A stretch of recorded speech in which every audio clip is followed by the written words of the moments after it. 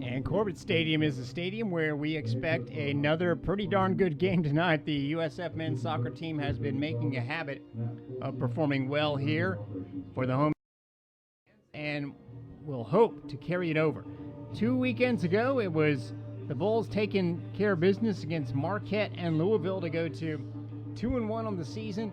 Then they followed it up on Friday night with a big win in Nashville against a Lipscomb squad that had gotten to the Sweet 16 last year. Bulls get 2 second-half goals from Emilio Icaza. Tonight, it's the Ohio State Buckeyes, and frankly, a team that, based on last year, the Bulls shouldn't have any issues with because they only won 1 game last year.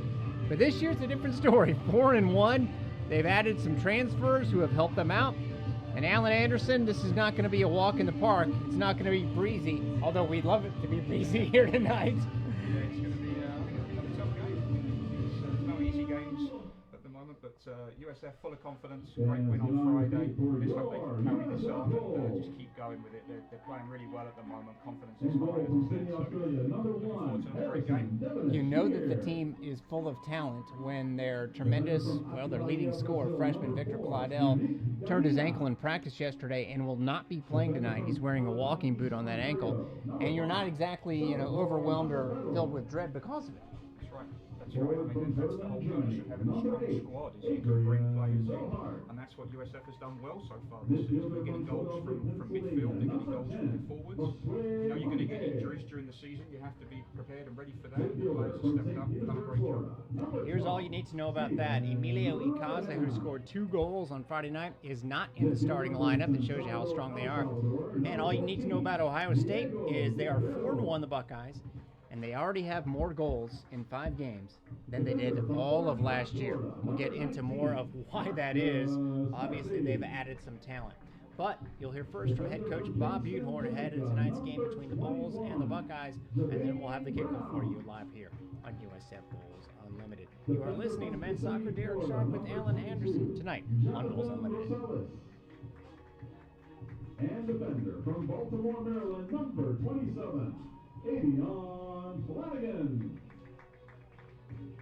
The head coach of the USF Bulls is Bob Budenhorn, assisted by Jeremy Hurdle and Matt Poplowski. Volunteer assistant coach Thomas Serta, director of operations Tom Holland, and assistant strength and conditioning coach Chris Murphy.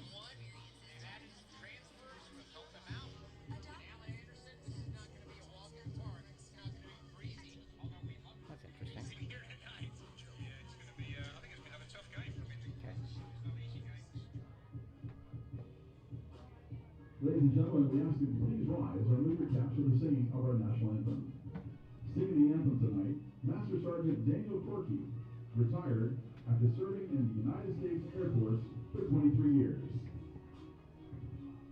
Presenting the colors for tonight's match is the USF Air Force ROTC Color Guard. USF Athletics would like to thank former and active duty members of the United States military. We are proud to support our veterans and warriors who continually work to better our communities.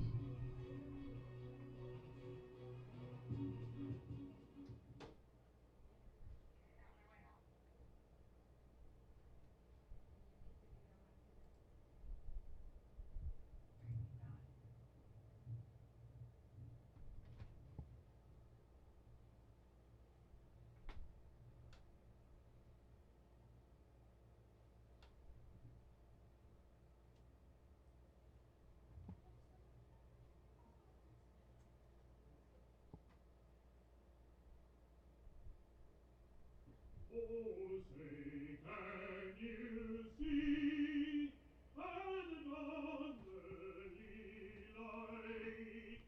What so proudly we hail at the twilight's last gleaming, whose broad stripes and bright stars to the perilous fight for the ramparts we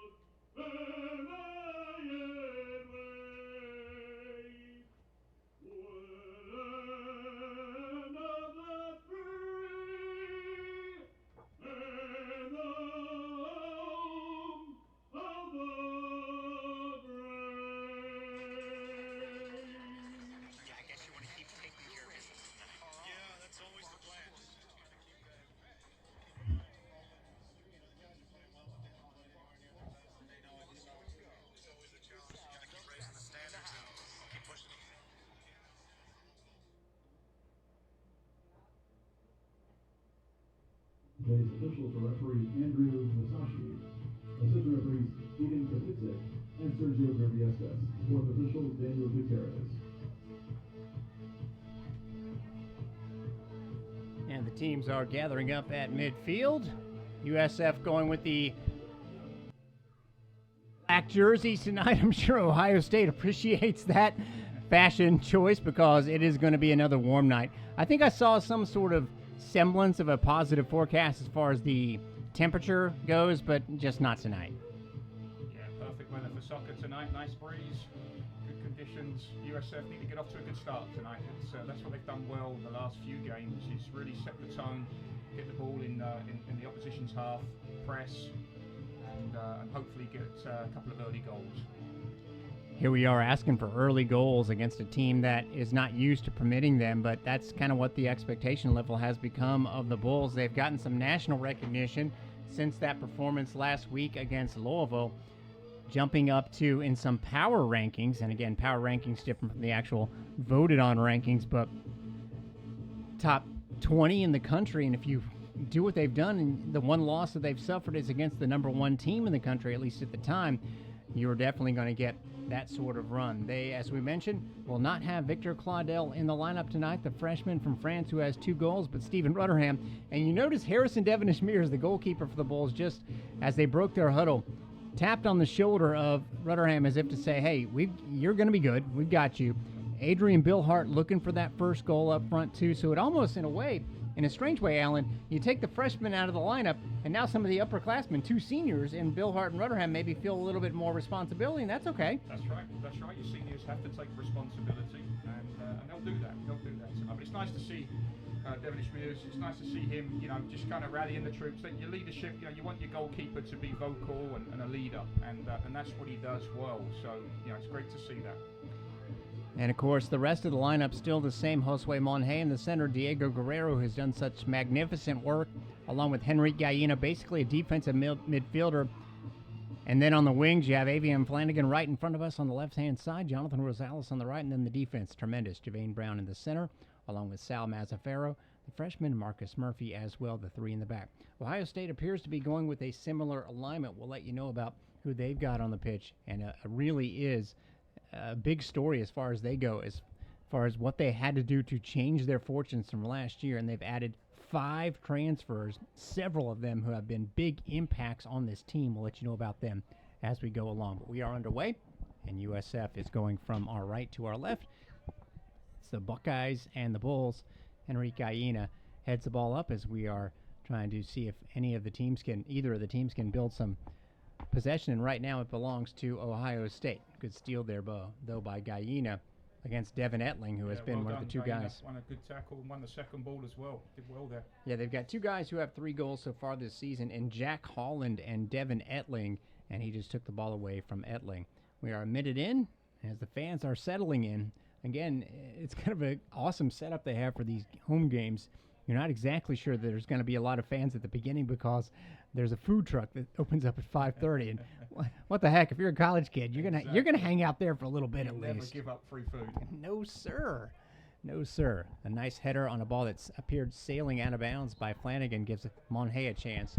In fact, the ball will get played into a foul by Ohio State, I believe. Either way, it's a Bulls ball. Let's see if it's a throw. It is by Flanagan. Seeing some of the members of the USF women's soccer team, even softball, crossing in front of us, as again, that's been a consistent theme here for both soccer sides, getting support from the other squads. Now, last year, the Bulls started off 0-4. This year, they're 3-1.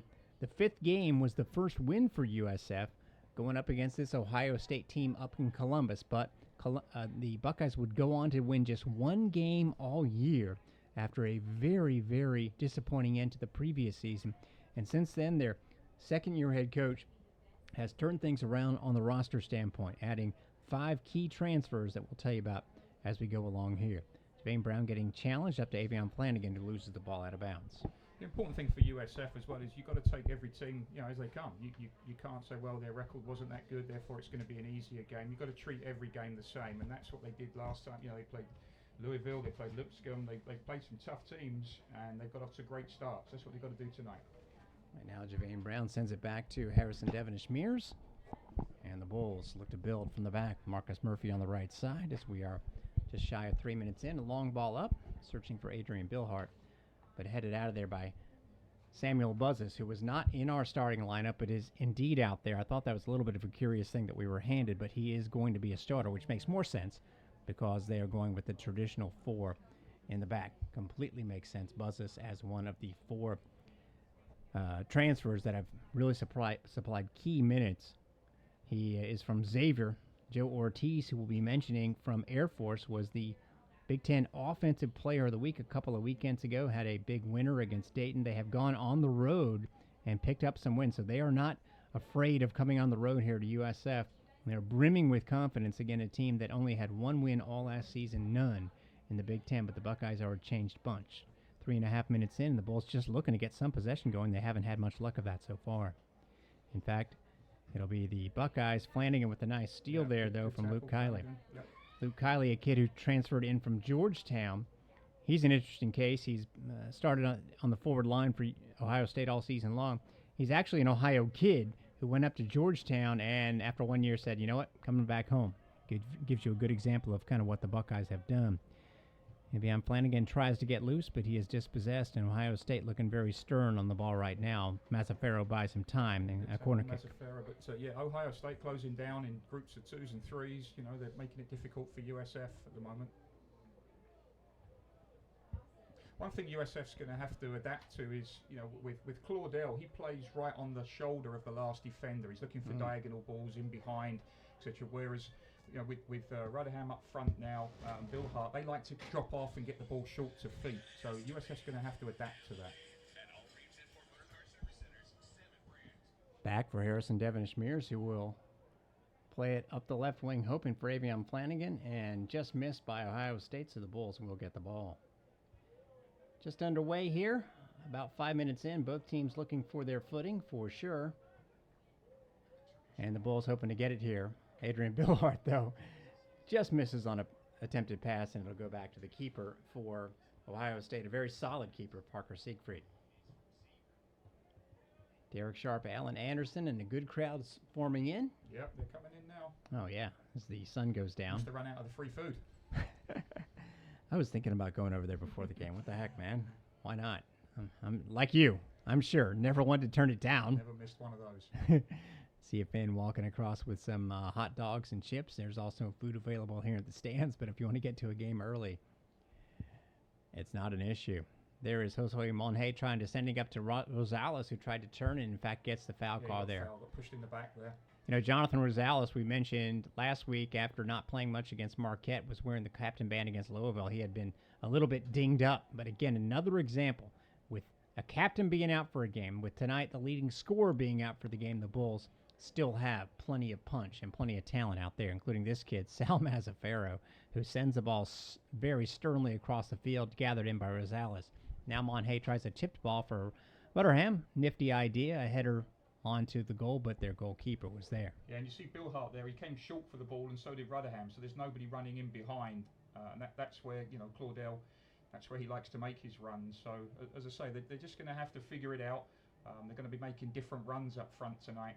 So they just got to find the open man, be patient, and they'll find some opportunities. Ohio State, meanwhile, looking for an opportunity. Ball was flicked goalward by Devin Etling, the redshirt sophomore out of Ashland, Ohio. Of course, they have several Ohioans on their team, even though some coming in off a transfer year going to another school. That was the one thing I found interesting looking at some of the kids that ended up there. One kid, Jake Shepard, who's been very, very solid, a transfer from DePaul. His parents both went to school at Cincinnati, but he went out of state. Now he's back in state. So their head coaches kind of, Brian Mesino, brought the guys back to Ohio State, which has a fine tradition. Not exceptional, not like you might think. Their actual overall record is below 500, but they have made the NCAA tournament a representative amount of times, most recently in 2015.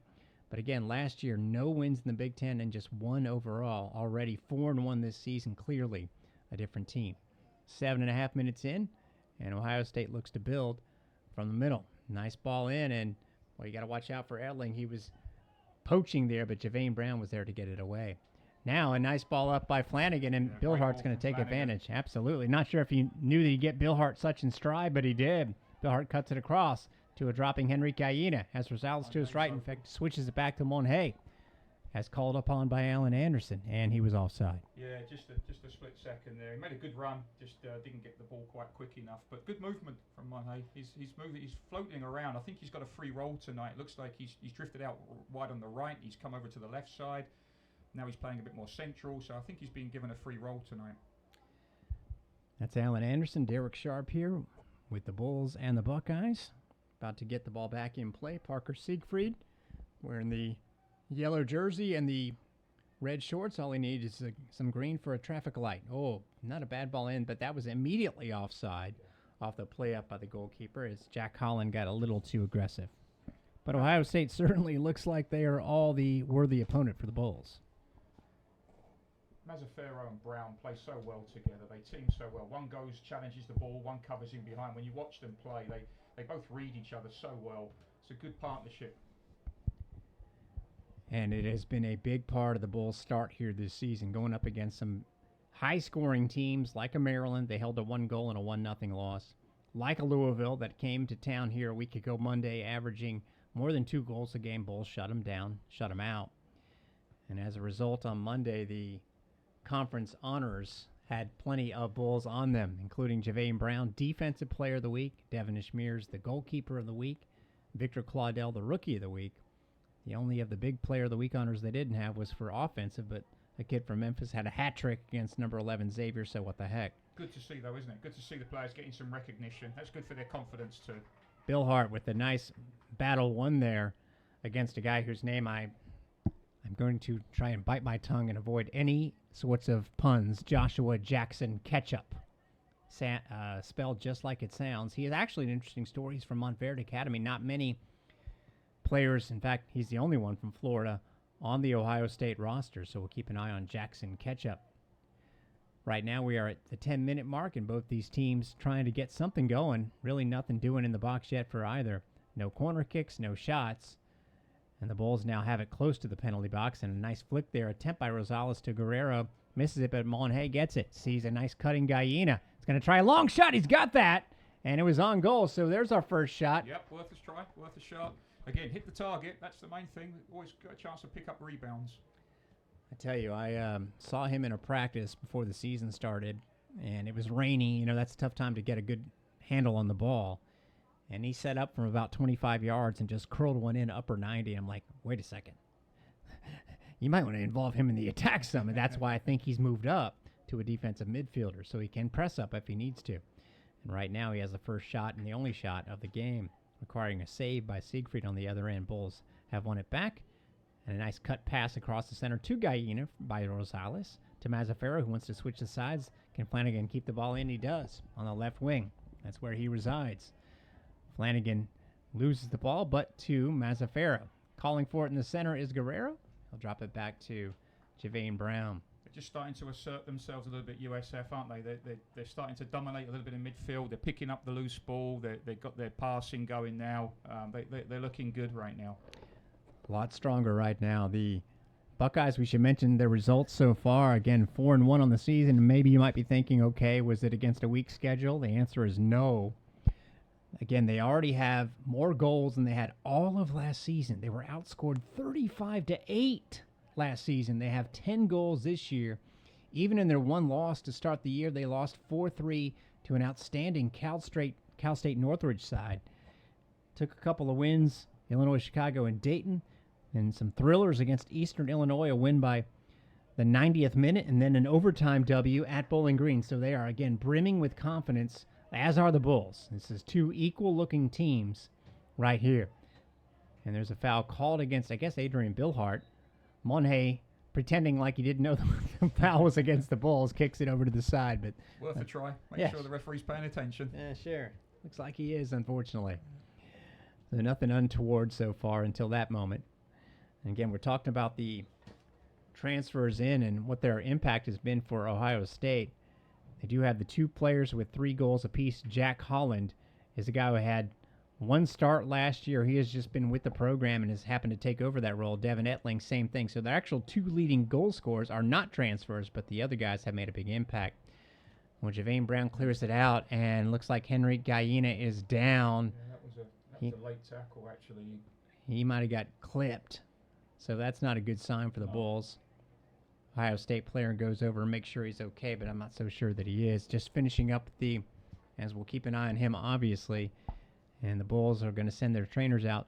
Kind of a summary of the transfers that have really, really changed this Ohio State team from, again, 1 win all last year, 115-2, to one that is off to a good start. CC Uche, who is back there on defense. Actually, that was the change in the lineup. I do not see him back there. Either way, we'll be calling his name. Is from Duke. Joe Ortiz, another defensive player, is from Air Force, which, if you didn't know, made the Sweet 16 last year. Air Force was a top 10 team, and they pulled him away from that program. Also, Jake Shepard, even though it's not this year, it looks like Gallina is going to be okay, is from DePaul. He is the leading scorer for the Buckeyes returning from last year. And up top, Luke Kiley is a sophomore. He spent last year at Georgetown. Again, he's the Ohio kid who's come back. And Matteo Bonatti, who we haven't mentioned yet, an Italian who led Belmont in scoring the last 2 years. He is a guy that I'm sure we'll get more into. I see him out there on the left flank. That, again, is an example of why Ohio State is much stronger. Yeah, they've made a lot of changes, haven't they? Absolutely, and that would explain the change in record. If you think about it, you see that they went from a respectable team 2 years ago, 8 wins, to just 1 win. You might imagine that they lost a lot of scoring. They didn't really have a lot of scoring, and now they've added some, especially, we just mentioned the Bonatti kid from Belmont as a good example of that. They also have a transfer in from Kentucky, Luis Hernandez, who has not yet seen the pitch. In fact, no subs yet. 14 minutes in, no score. I think as well in the college game, these games come thick and fast, and you lose a game or two, and confidence goes, and before you know it, you've lost 4 or 5 games on the trot. And same with winning. That's a good habit too, and that's what Sure. USF are doing right now. They're 3-0 the last 3 games, and they're playing well. So you want to get into those good habits. It's funny because even prior to their poor season last year, the Buckeyes had that sort of stretch in 2017. More on that in a second, but the Bulls might have something on here as Monde had it up the pitch, but nice defense by Ortiz, the kid we mentioned from Air Force. Every bit a solid player out there. Gallina to Brown, and a nice nifty work to keep it away from an onrushing Buckeye. Absolutely. Not only did he keep it out of danger, but maybe has something built here. Monhe does a couple of 180s to try and feed Bill Hart. Again, the Bulls without Victor Claudel, their top scorer, the freshman, as he turned his ankle in practice yesterday. Does not sound like it's anything serious, but he will not be playing tonight, so that could impact things. Now the Buckeyes. Oh, a nice pass up to Ketchup, and he's going to slide it across, and as so often is the case, Brown is there to not only intercept it, and you heard the crowd there get nudged out for no foul call, but a throw-in for the Bulls. He didn't put enough mustard on that, did he? And that's my last one. I'm glad that you got there first, because I was relishing the opportunity to say something, and I'm not going to do it. I'm not going to do it. It would be a little cheesy. We don't want to do that. Not enough sauce on it. I mean, he's a good kid, Joshua Jackson Ketchup, and I'm sure the Ketchup family is pouring out its support. Okay, that's it. We promise, no more. Unless he scores a goal, and then who knows, we could give him some praise there. The Bulls have the ball 16 minutes in, and no score yet here between the Bulls and the Buckeyes. Again, they come off. See Guerrero just getting on the ball again. They've got to get him on the ball, get him starting the moves, from the back, get him in the midfield, just dictating the pace and the flow of the game. He did that well against Louisville last week. And then Guerrero among those playing a full 90 on Friday against Lipscomb. This is just a few days later. Now the Buckeyes moving up the pitch as Mazzaferro has to come up with a vital clearance as he does against Luke Kiley. Absolutely. Just held up, just jockeyed. So we'll have our first corner of the game. Did well there. That's Alan Anderson. I'm Derek Sharp, and based on what we've seen so far, there should be Holland going over there to take the corner kick, number 19. Indeed it is, as he has served up a couple of goals via the corner. Again, 3 assists, 3 goals, leading the team in scoring. And all you need to know about how much of a struggle they had last year is their leading returning scorer, Jake Shepard, led the team 2 goals and 3 assists. But they have surpassed that already this year by 2 players. There's a cross in, and it's a nice high one by Holland. Etlin wanted to get his head on the ball, and they will call for a corner and get it on the left side. Yeah, they need to be careful, USF, with set pieces, corners, free kicks, because they're quite a tall side, Ohio State, and this is where they could cause USF some problems. So they need to make sure they're tight on their man, attack the ball, get the ball away early. Now from the left-hand side, and a decent ball in, a good head on it, and Harrison Devonish Mears has to tip it over the goal. That was Kiley with the header, and now a 3rd straight corner kick for the Buckeyes, but the Bulls will take that one, considering it could have been a dire situation. Yeah, you see Ohio State were first to the ball there, and that obviously causes problems. When you're first to the ball on corners, you get that flick on, and then anything could happen. So they are going back and forth here, from the right to the left to the right. Taking the PKs from the right side, it's obviously Jack Holland from the left foot.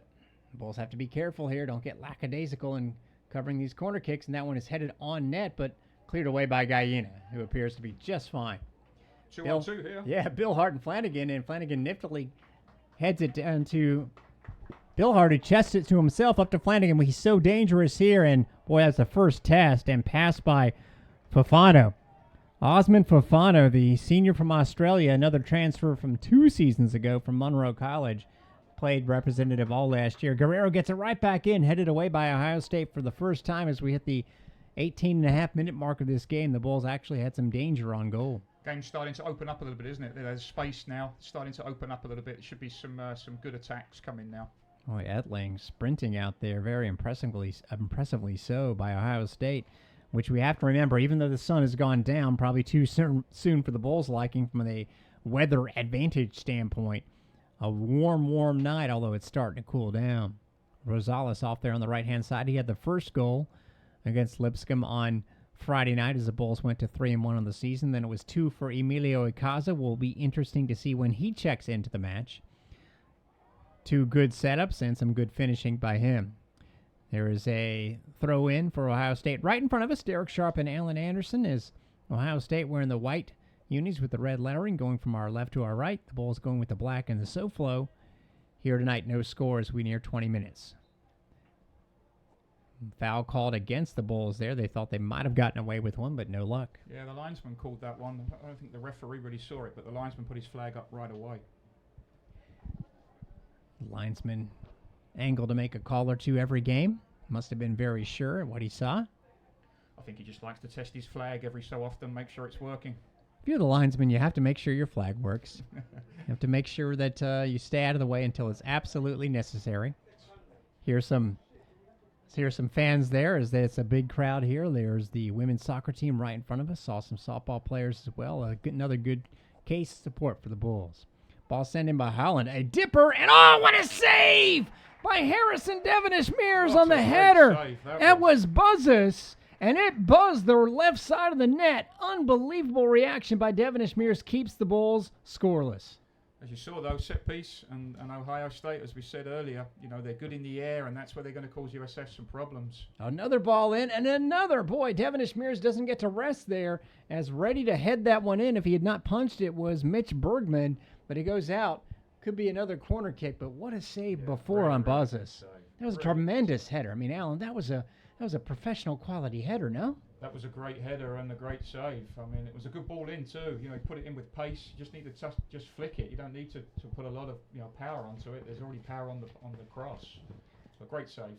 So absolutely, Ohio State could argue it should be ahead right now, but another corner kick by Holland. This one sent away by Guyena, and that's going to go low and flicked in, and maybe they'll try something on the foot, but cleared away by the Bulls. Another just tremendous save by Devonish Mears. He hasn't been asked to be spectacular too often, but that was the case there.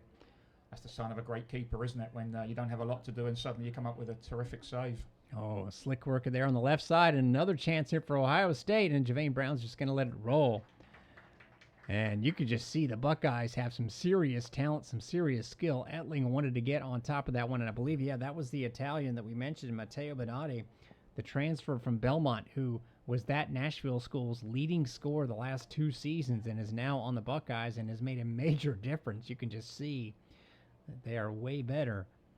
And that's important considering the conference they're in, the Big Ten, had 3 teams make the College Cup, which is the national semifinals. It was 3 from the Big Ten and Akron last year.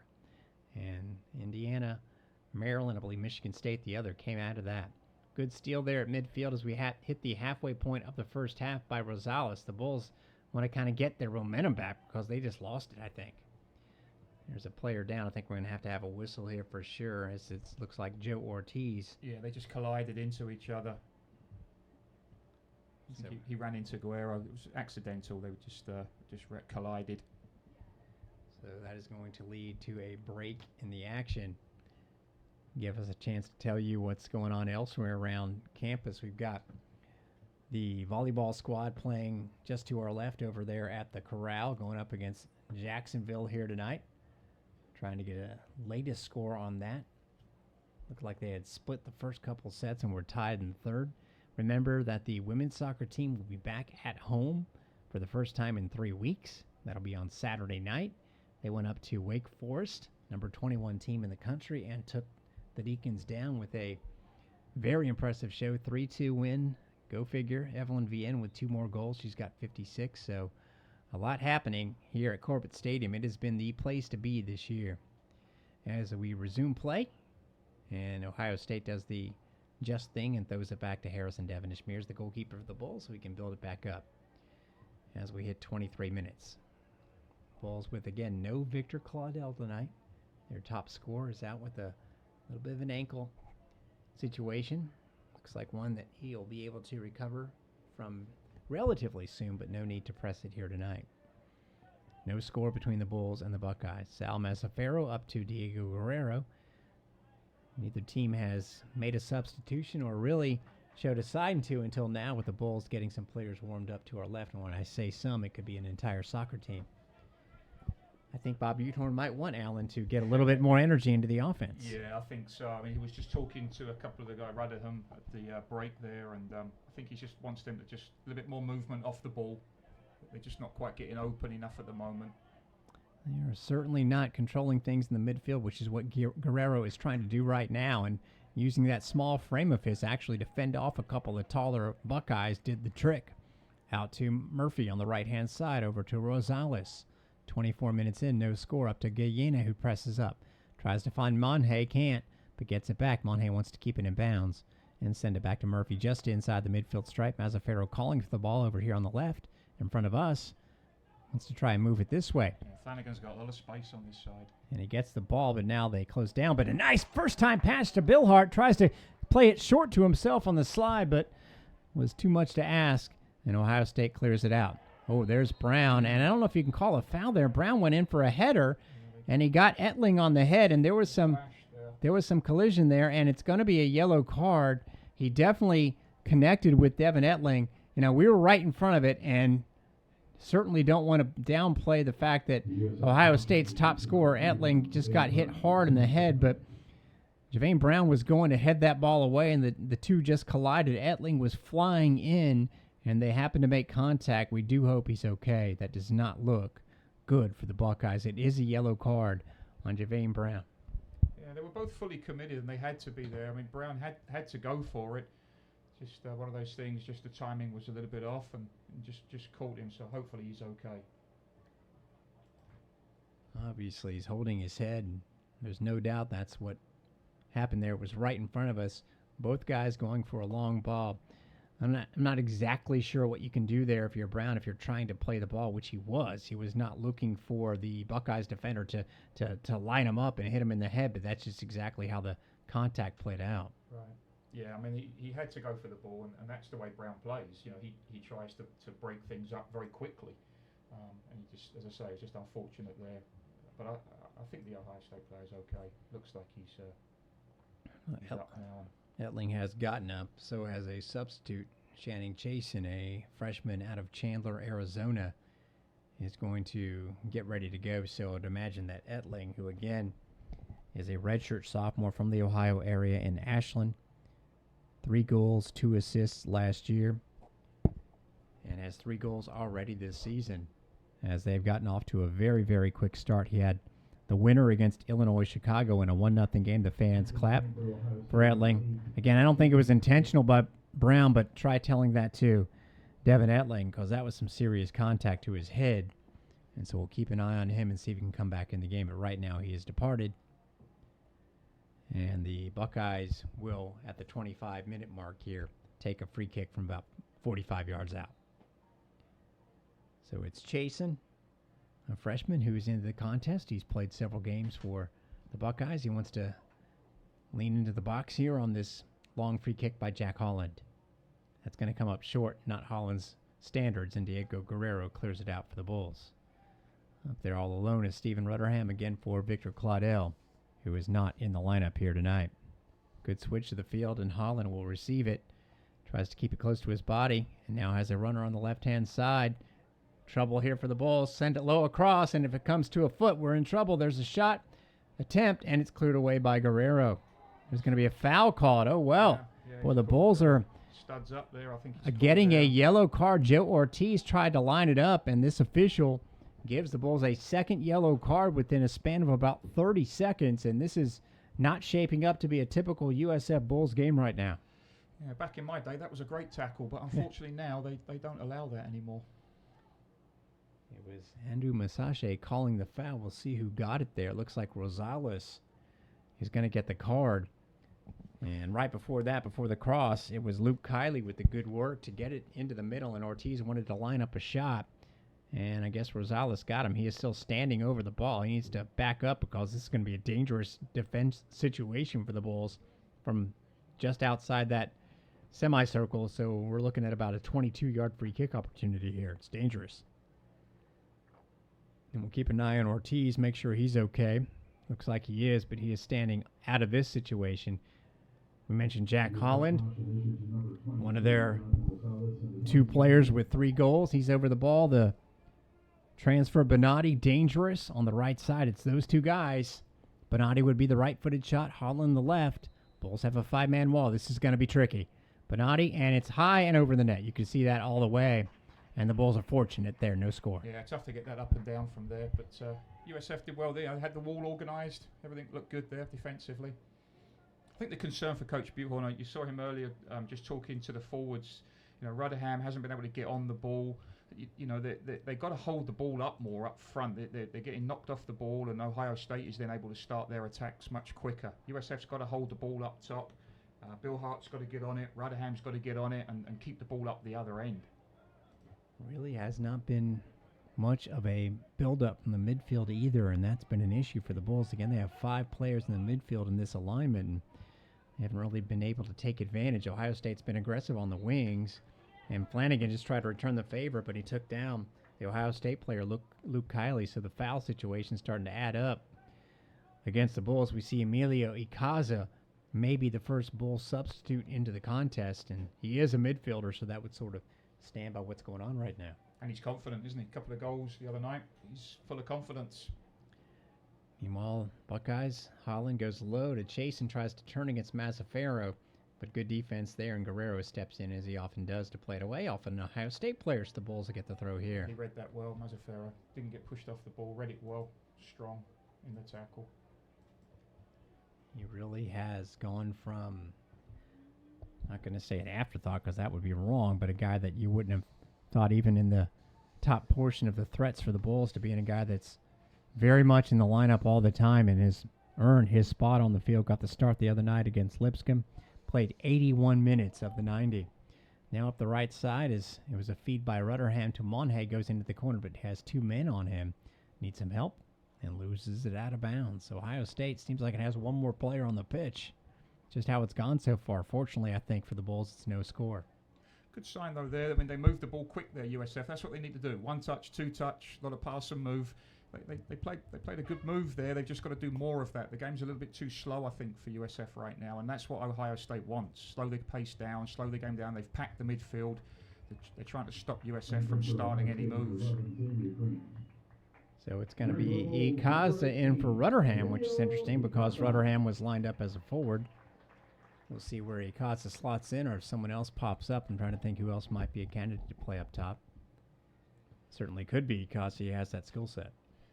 Yeah, I think for Rudderham, he likes to come onto the ball rather than have his back to goal. He likes to come onto things, and maybe that's been a little bit tough for him tonight. But he'll be fine. He'll come back in and make a difference. Flanagan tries to rip it across, but taken away by Ohio State. Javane Brown is all over it. 28 minutes down, no score.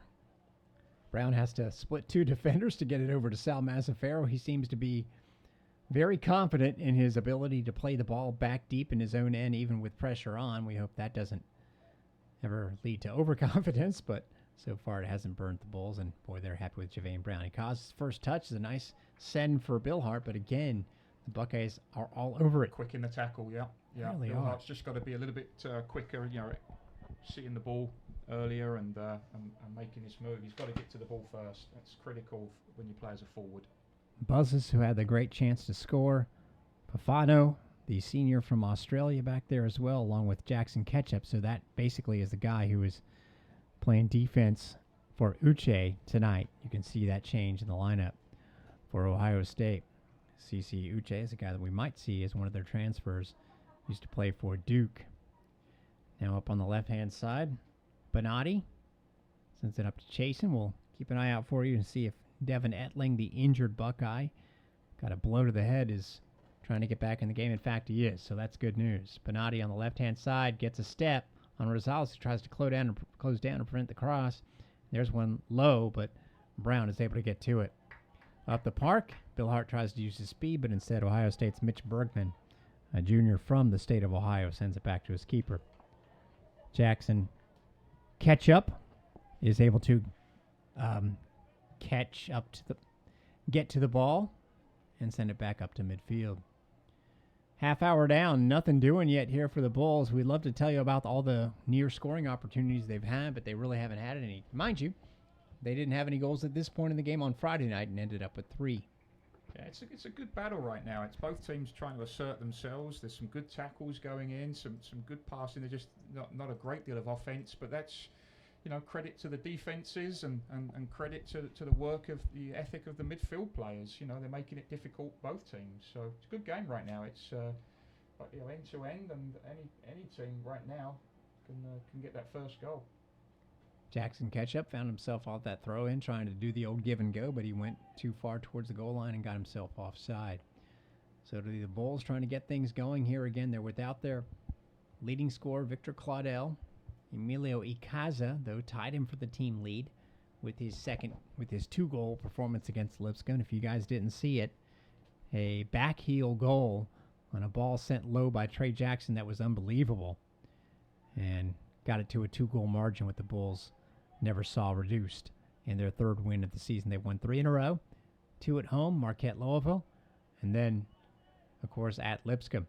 It is a tough schedule. You look at what some of the teams in the conference are doing, it becomes even more difficult, especially SMU, which went to second-ranked Duke and won last night 2-0. Good turn. There's a nice turn by Gallina. Now he's got a little bit of space, and Rosales off to his right side. Off to Rosales. Here's a chance for the Bulls for the first time, really. Rosales cuts it to his right. Low sent in, but cut away by Ohio State. And now the Buckeyes have numbers in the other direction.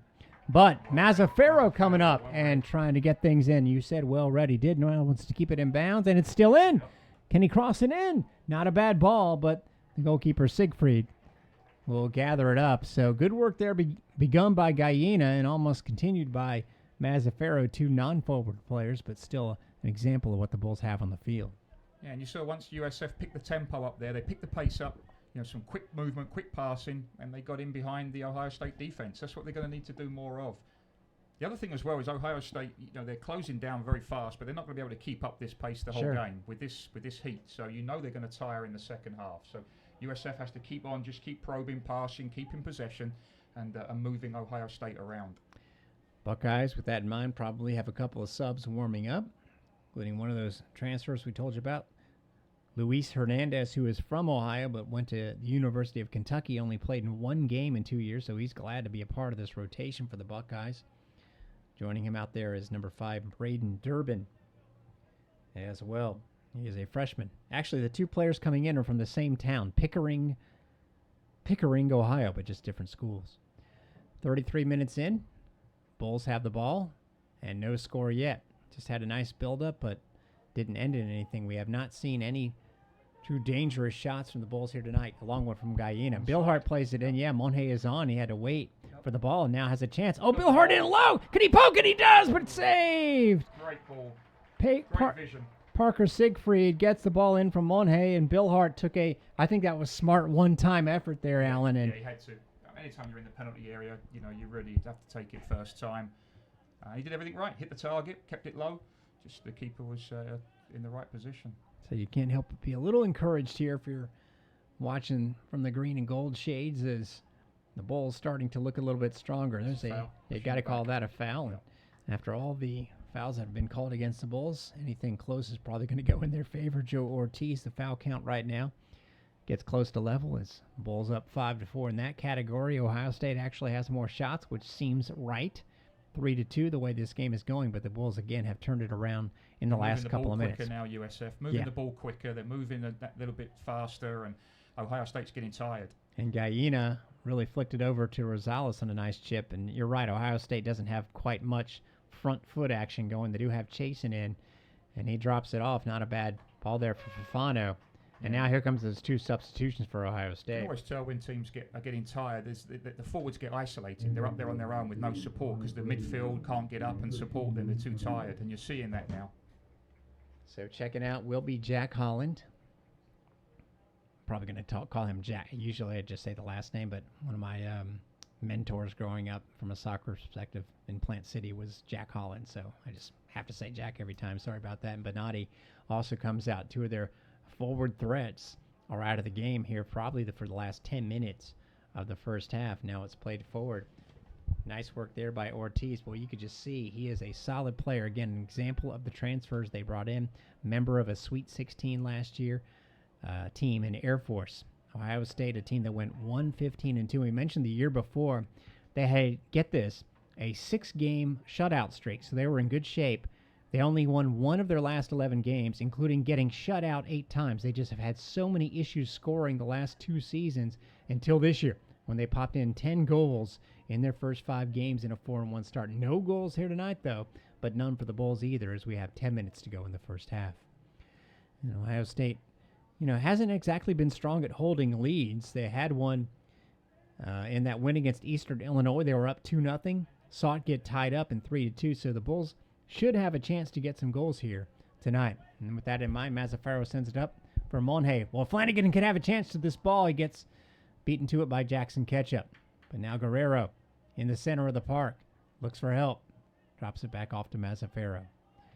Inside the midfield stripe, Monhe wants to do the turn. There's a foul called against Jackson Ketchup, who's not going to have any of it, but Joshua Jackson Ketchup, the junior from Monteverde Academy in the middle of the state, gets a foul call there. Some fans wanted a card, but not quite that serious, in my opinion. Over to Murphy. Rosales, one touch to Bill Hart. Now the Bulls actually look like they are establishing some possession. Yeah, they are. They're moving the ball a bit quicker and, playing the ball to feet more. They've played the ball up, long ball too much, I think, first half USF. And up front, they're not going to win too much in the air. So you want to see them keep it on the floor and keep probing, looking to get in behind Ohio State's defense. Bill Hart just tried to split a couple of Buckeyes defenders. Couldn't do it. Good work there by Guyena. Outdueling chasing for the ball. You see how deep Ohio State is now. Their whole team is in their own half. That's a sign of tiredness too. There you go. I'm going to make sure that you give yourself that head start in case something bad happens. Now it's across to the left side of the pitch near midfield by Mazzaferro Guerrero, and they switch it back over. They're running the Buckeyes Last 5 laterally. minutes, they've done that well. But then there's that ball that's just off a little bit. Murphy's ball too much. Bill Hart actually did a wonderful job running it down, but it'll be just that final ball. But as Coach said before, pre-game, there's still a lot of things they've got to get better at. There's a lot of work to be done, and it's a work in progress. And that's early in the season, but they're improving in so many areas every game. It's great to see. Kind of an interesting dilemma for the coach here. Again, he doesn't have his top scorer to go to, Victor Claudel, but they started to assert themselves here over the last 7 to 10 minutes. So I don't think there's any substitutes in order for the Bulls, but you're always looking for that spark, right, just in case you need it. That's right. I think right now the Bulls are may be in possession of the sparks on the field. Ikaza coming in, solid in the midfield. Flanagan getting more into the action. Good interception there by, though, Ortiz. We've been talking about him a lot for Ohio State. And as we saw against Marquette, Trey Jackson came in and caused the spark and got the winning goal, and that's what you want from your bench. Immediate impact when they come in, make a difference. Jackson's the one who was on the passing end of that back heel. Boy, Gallina up the pitch, and he sees Flanagan over to the left a little bit late there. Flanagan still will get the ball, and he wants to take on some Buckeyes. Now sends it up to Billhard on the left-hand side. Not a bad ball, but Ohio State closes down. Let's see what the call is there. It's going to be a throw-in for the Bulls, although good work there by Ohio State's Bergman. It'll be a Flanagan throw. Bulls don't really have a long throw-in guy. This would be a time for it, but instead he goes to the left side of the box to Monhay, held on to by a defender. Nice turn, and gets it across, and Ohio State has to head it away. Flanagan heads it back to Ikaze, wants to try and keep it in bounds. And boy, Ohio State does a good job of keeping it along the touchline, and Mazzaferro wisely sees that it would have just kept on going by, so he plays the ball. Guerrero, low pass over to the right side to Rosales, wants to send it into the center of the box, does so to Billhard, is there, but he's marked, gets pushed to the turf, and it's headed back to the goalkeeper. You see, there's only Billhard in the penalty area right now. Yep. Hayes got to get in there, Flanagan's got to get in there and get that, the second ball, the loose ball. They're not going to win too much in the air, but if they can just cause some, a nuisance and then get the second ball, but it's no good just having one guy in the penalty area. Bulls have really not changed their alignment, but for tonight, with not having the second forward, it looks like Monhay is that second guy right now. And now it's over to Rosales. Good ball up by Murphy. Now he sees Flanagan on the left side. Didn't quite send him enough, but still gets it over to him. 39 minutes gone. Flanagan wants to do his thing, which is manipulate the ball. Oh, it almost got stolen, but Ikaza still gets it and gets a nice turn up to Monhay. Wants to shield a couple defenders so he can get it over to somebody. It's Gallina. See how compact Ohio State is. USF's got to get the ball wide. They've got to get in behind the fullbacks, pull the centre halves out of position. They're playing so compact right now, Ohio State. There's no space down the middle. Murphy tried to break on that right side in behind the fullback, but couldn't quite get it, so he sends it back out. And now there's an effort towards that end by Javane Brown. Can Flanagan play it out of the air from 50 yards? Not quite. Jackson Murphy gets to it. Unlucky. Not a bad effort there by Brown. Mazzaferro wanted to play the ball there, and instead it's won by Ohio State, and there's going to be a foul call. Ohio State's Xavier Green, a Kiwi from New Zealand. They got a New Zealander. They've got an Aussie on their team. I think that's it for the internationals, though. We've seen some teams with almost half the roster international. The Bulls are trending in that direction. About 5 minutes to go in the first half. No score yet. Shot count is 3 apiece. Bulls have had the better of the last 10 minutes, but they have to be wary here before halftime.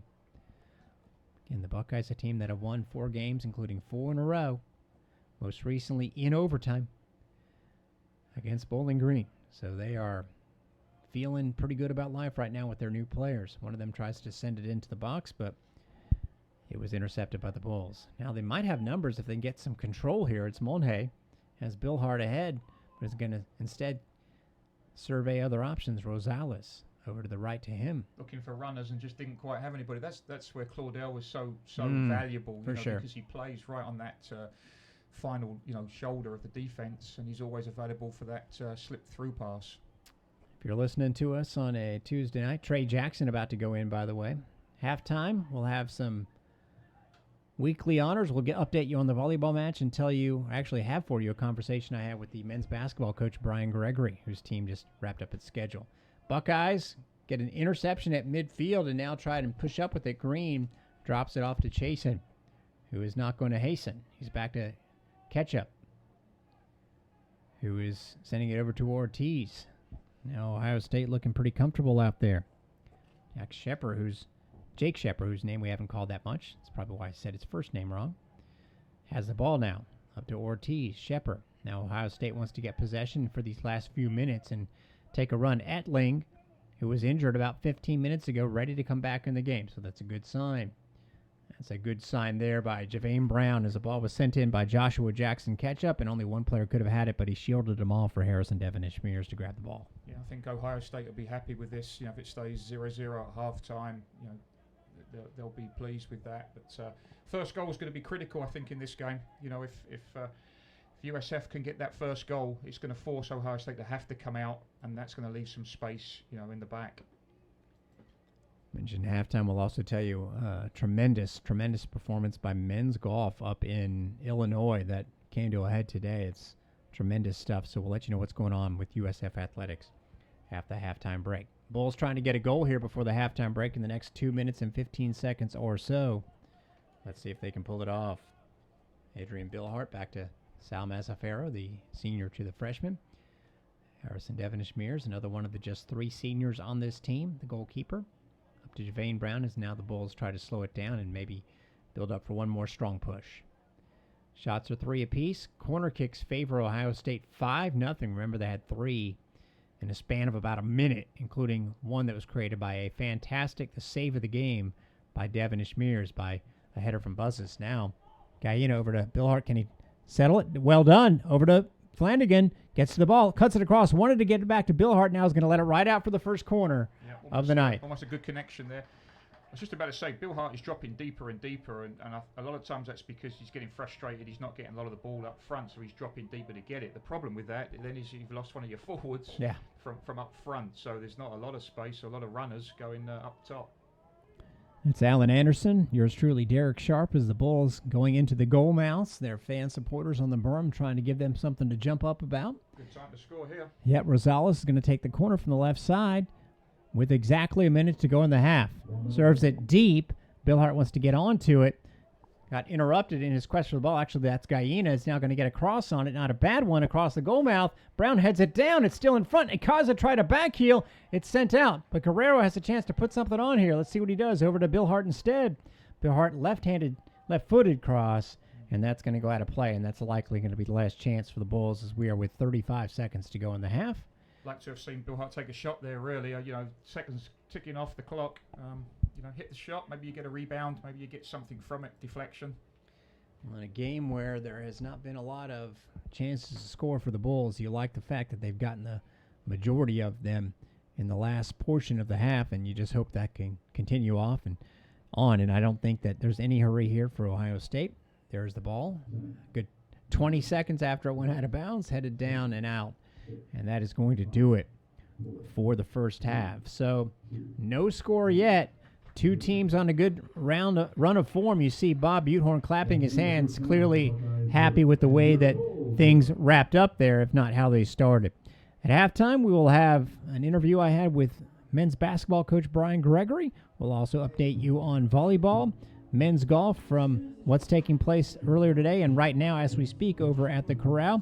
We'll have some first half stats, and then we'll get you set for the second 45 minutes. And who knows the way it's going tonight. Maybe more than another 45 minutes. After the first 45, though, no score, USF and Ohio State. This is men's soccer on USF Bulls Unlimited. Well done, well done. It's a cagey one, this one, isn't it? It's first goal is going to be crucial, because if Ohio score the first one, they're going to bunker in, and they're a big team, so it's not going to be easy to get through. Hope USF can get the first goal, force them to come out a little bit then. It is pretty important. These games are often I think coach will be okay with this, because this is another different type of challenge. You've been the underdog in a couple of other games where, you're the one that's kind of, and now, they're the favourites here. So they've got to do the pressing and they've got to break this team down, and, it's not always easy to do. Sometimes it's good to be the underdog. Attending the University of South Florida can go to help them be successful and help them in every facet of the university process and beyond. Everything from admissions to graduation, and then actually we help them beyond that into a career. What better student population to serve than those that are served? Helping them get to that point where they can do what they always dreamed of doing. There's any more pizza still out there? Probably not. Good luck. You never know. Oh, great, thank you.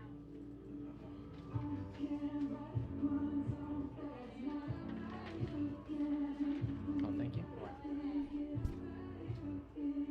Ladies and gentlemen, as part of this year's Salute to Service, please welcome our hero of the game, U.S. Army retired Sergeant First Class Glenn Francis Cunliffe.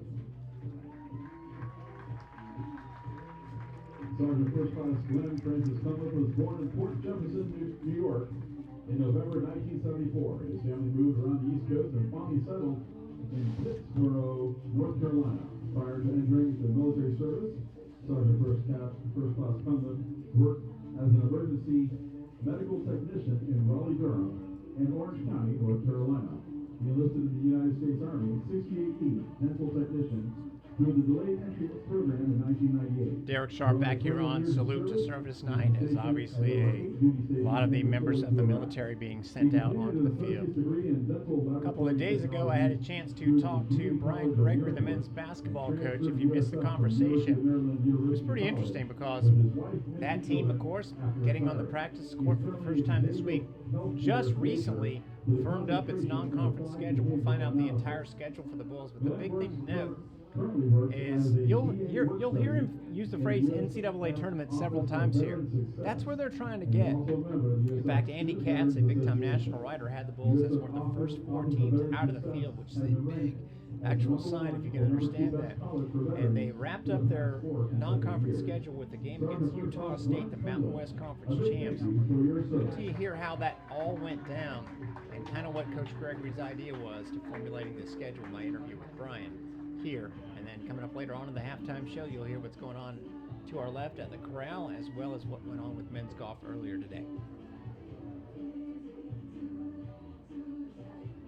Bulls fans, the USF football team is back at Raymond James Stadium.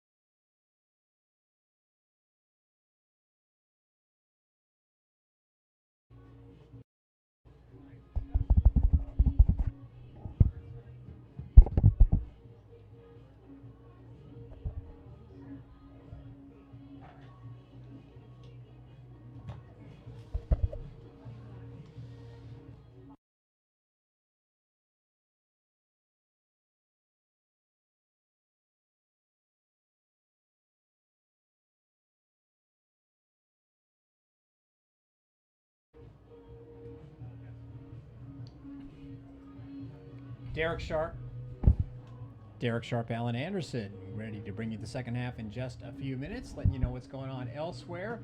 Just to our left, probably about a quarter mile to our east, it's the USF volleyball team, which had a tough weekend in Gainesville, playing some outstanding competition.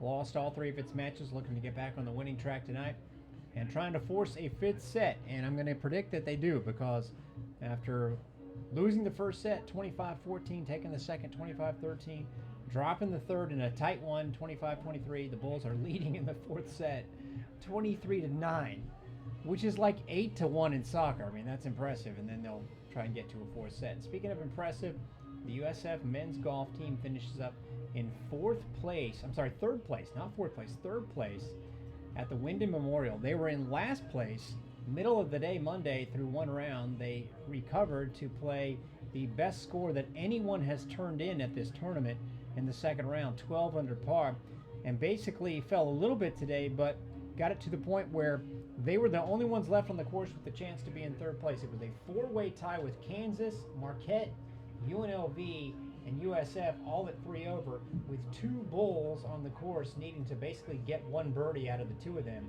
And Albin Bergstrom, the sophomore, did the trick. He got a birdie on 17 and 14 and 18 to finish 2 under par. So the Bulls end up 3rd place in a big-time tournament out of 14 teams. And again, after the first day, they were tied for last, so that is a nice performance there. Looking at the first half stats, pretty well even, which makes sense, Alan Anderson. Both teams with 3 shots apiece. And really, if you look at both with 2 saves, the key, I think, play of the night was a save by Devin Ishmears on the Buzz's header. Yeah, it was. Great save. It's a cagey one, isn't it? It's both teams, stifling each other a little bit. And, as we said, the first goal is going to be critical here. If USF can get that first goal in this second half now, Ohio State's going to have to come out a little bit, leave some more space, leave some more gaps. So first goal's critical for me. If you're wondering, could the first goal be the only goal, the Ohio State Buckeyes, we'll just say it, they've been on the right end of the 2 1-0 games on their schedule, while the Bulls have been on the wrong end of the 1-0 game on their schedule. So they'll be happy, I'm sure, the visitors, to go that route. The Bulls want to get that first goal as a result. That would be seemingly very key to what you just expressed. The Bulls will be going from our left to our right here in the second half. Adrian Billhart and Josue Monje up top.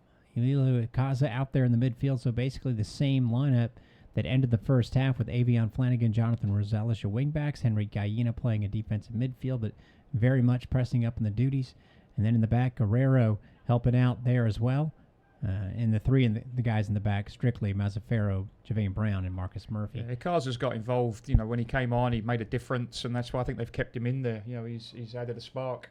Bill Hart tries to spark it up the right side of the pitch to Jonathan Rosales, looking to get himself into the offense. Bill Hart tries to turn on the ball, but it's taken away by Ortiz, who again had a tremendous first half for Ohio State. Looks like he was actually not injured on the one play that gave them their best free kick of the night and a yellow card. Neither here nor there. The Bulls do have 2 players sitting on yellow cards, Rosales being one. Henrique Gallina, tremendous, over to Mazzaferro, who has been so good as a freshman. You can't believe he's a freshman when you watch him. It's like it's not even the case. That is Monje.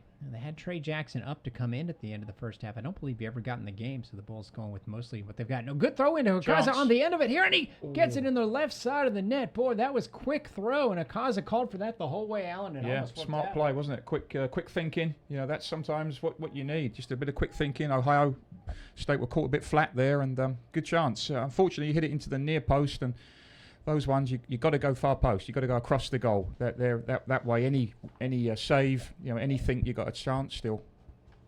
Still a really difficult angle, but Kaza tried to.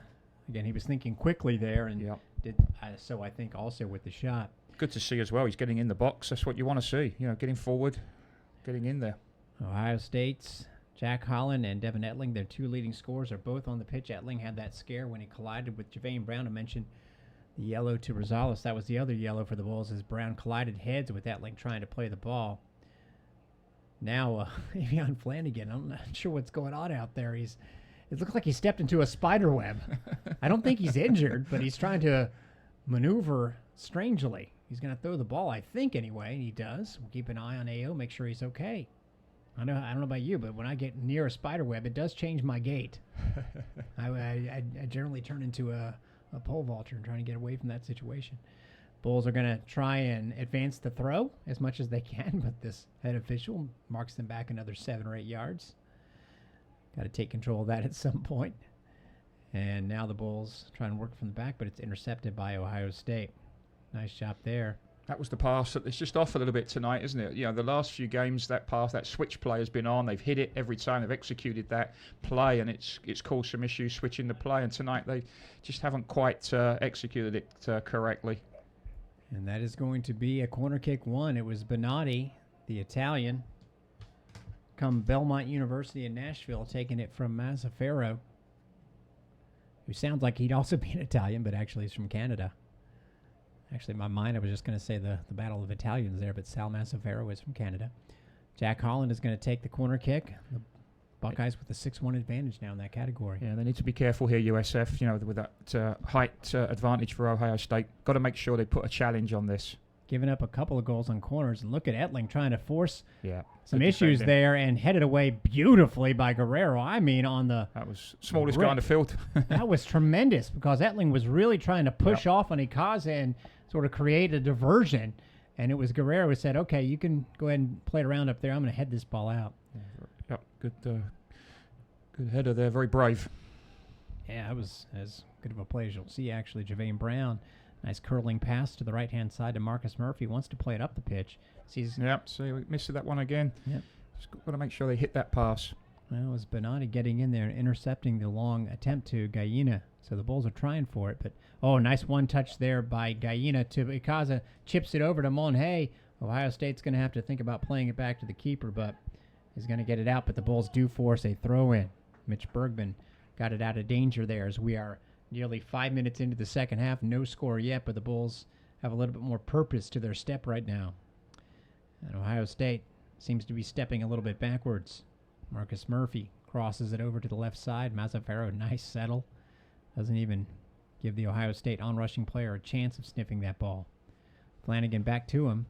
And now Mazzaferro wants to play it to the other side, but looks like it's going to be Fofano intercepting it. Etling and Guerrero, a good battle there, and it's won by Etling out to Bonatti.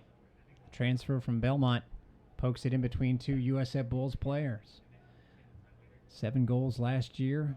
Led the team in scoring the year before at Belmont. Again, one of 5 transfers into this Ohio State team, and probably the key one, even though he's got company. That's why this Buckeyes team is 4-1, not even resembling the 1-15-2 side from a year ago, the side that finished the previous season on a 1-9-1 run. Completely improved, and with some key road victories at Dayton, at Bowling Green, and looking to get one here in Tampa. That ball is played forward, and Javane Brown absolutely hung on to by Etling, who seems to be saying, hey, I got a yellow against this guy so I can take liberties. That's where Brown's got to be careful. Yeah. Just keep his head. Don't do anything silly. Referee's got it. It's a good call, Alan, because you're right. There's no doubt that Etling, who's not on the yellow, is maybe trying to entice Javane Brown. They're no dummies. Forwards don't do that. Ohio State played one of its games, the 1-0 win against Illinois Chicago. That was after they dropped their opener at home. A man up for the last 56 minutes, so I think Etling might have had that in his sights there, but it didn't work out. Now the Bulls trying to push forward. Billhart switches it over to Flanagan. Can he get to it first? That's going to be tricky. Juked by Ketchup, but Ketchup plays it up and stays in bounds. Good job by Ohio State to maintain possession. Holland cuts it across. Can Murphy get to it first? He does. Nice pass to Billhart, who wants to gain control here for the Bulls. 52 minutes gone. No score. I think as we were saying, Derek, at the half, you know, this is a different challenge for USF. They're the favourites of this game. They've got to do the pressing. They've got to, you know, kind of set the tone. And whereas Louisville, Maryland, they were kind of the underdog, you know, and sometimes it's tough to come out and, you know, set the pace and the tone, get that, get that first goal, get the win. Last 2 home games were wins for the Bulls. Marquette, Louisville, then Friday in Nashville against Lipscomb, looking to make it 4 in a row. But guess what? The Buckeyes are looking to make it 5 in a row. Battle of hot teams. We haven't mentioned the possibility of a draw, but the way it's playing out, that would not be, I'd say that would not be the unfair result. Put it that way. Oh, nice pass by Murphy up the pitch to Monhay, but his one touch to Billhart gets away, and it's played well by Ohio State. Trying to draw a foul there, but that's going to be a throw-in. Yeah, absolutely. Yep. It was Fafano. Oh, he's giving it to Ohio State. Oh, he changed the flag. Changed All his right. mind. Absolutely. Thought that was the right call, but we're just going to roll with it. Good move though from Bill Hart. I mean, that's, you want to see a little bit of skill there, something different. It's going to take, a bit of skill here to open up this Ohio State defense. And a little bit of grit there by Ikaza over to Monhay. Flanagan with a good one touch and a good one shot, but it goes over the net, so the Bulls really starting to play it forward now. And it'll go for a goal kick at the 53-minute mark. Yeah, you're hoping there that Flanagan could hit the target there at least and make the keeper make a save, and you always got a chance of rebounds then. But again, good signs. They're switching the play, getting some chances. That's what you want to see.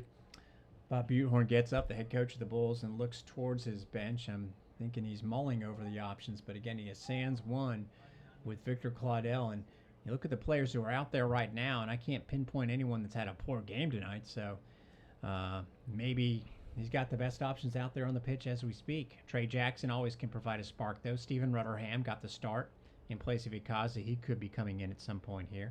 You look at a Phipps, you look at a Freddie Gill possibly. Played back by Mazzaferro. Harrison Devonish Mears, who hasn't had much to do here in the last half hour, gets to the ball quickly. Yep. Plays it up a good 50 yards to Monhay, who settles it down to Ikaza over to Flanagan. Now the Bulls look to build left to right. Into the center circle to Guerrero.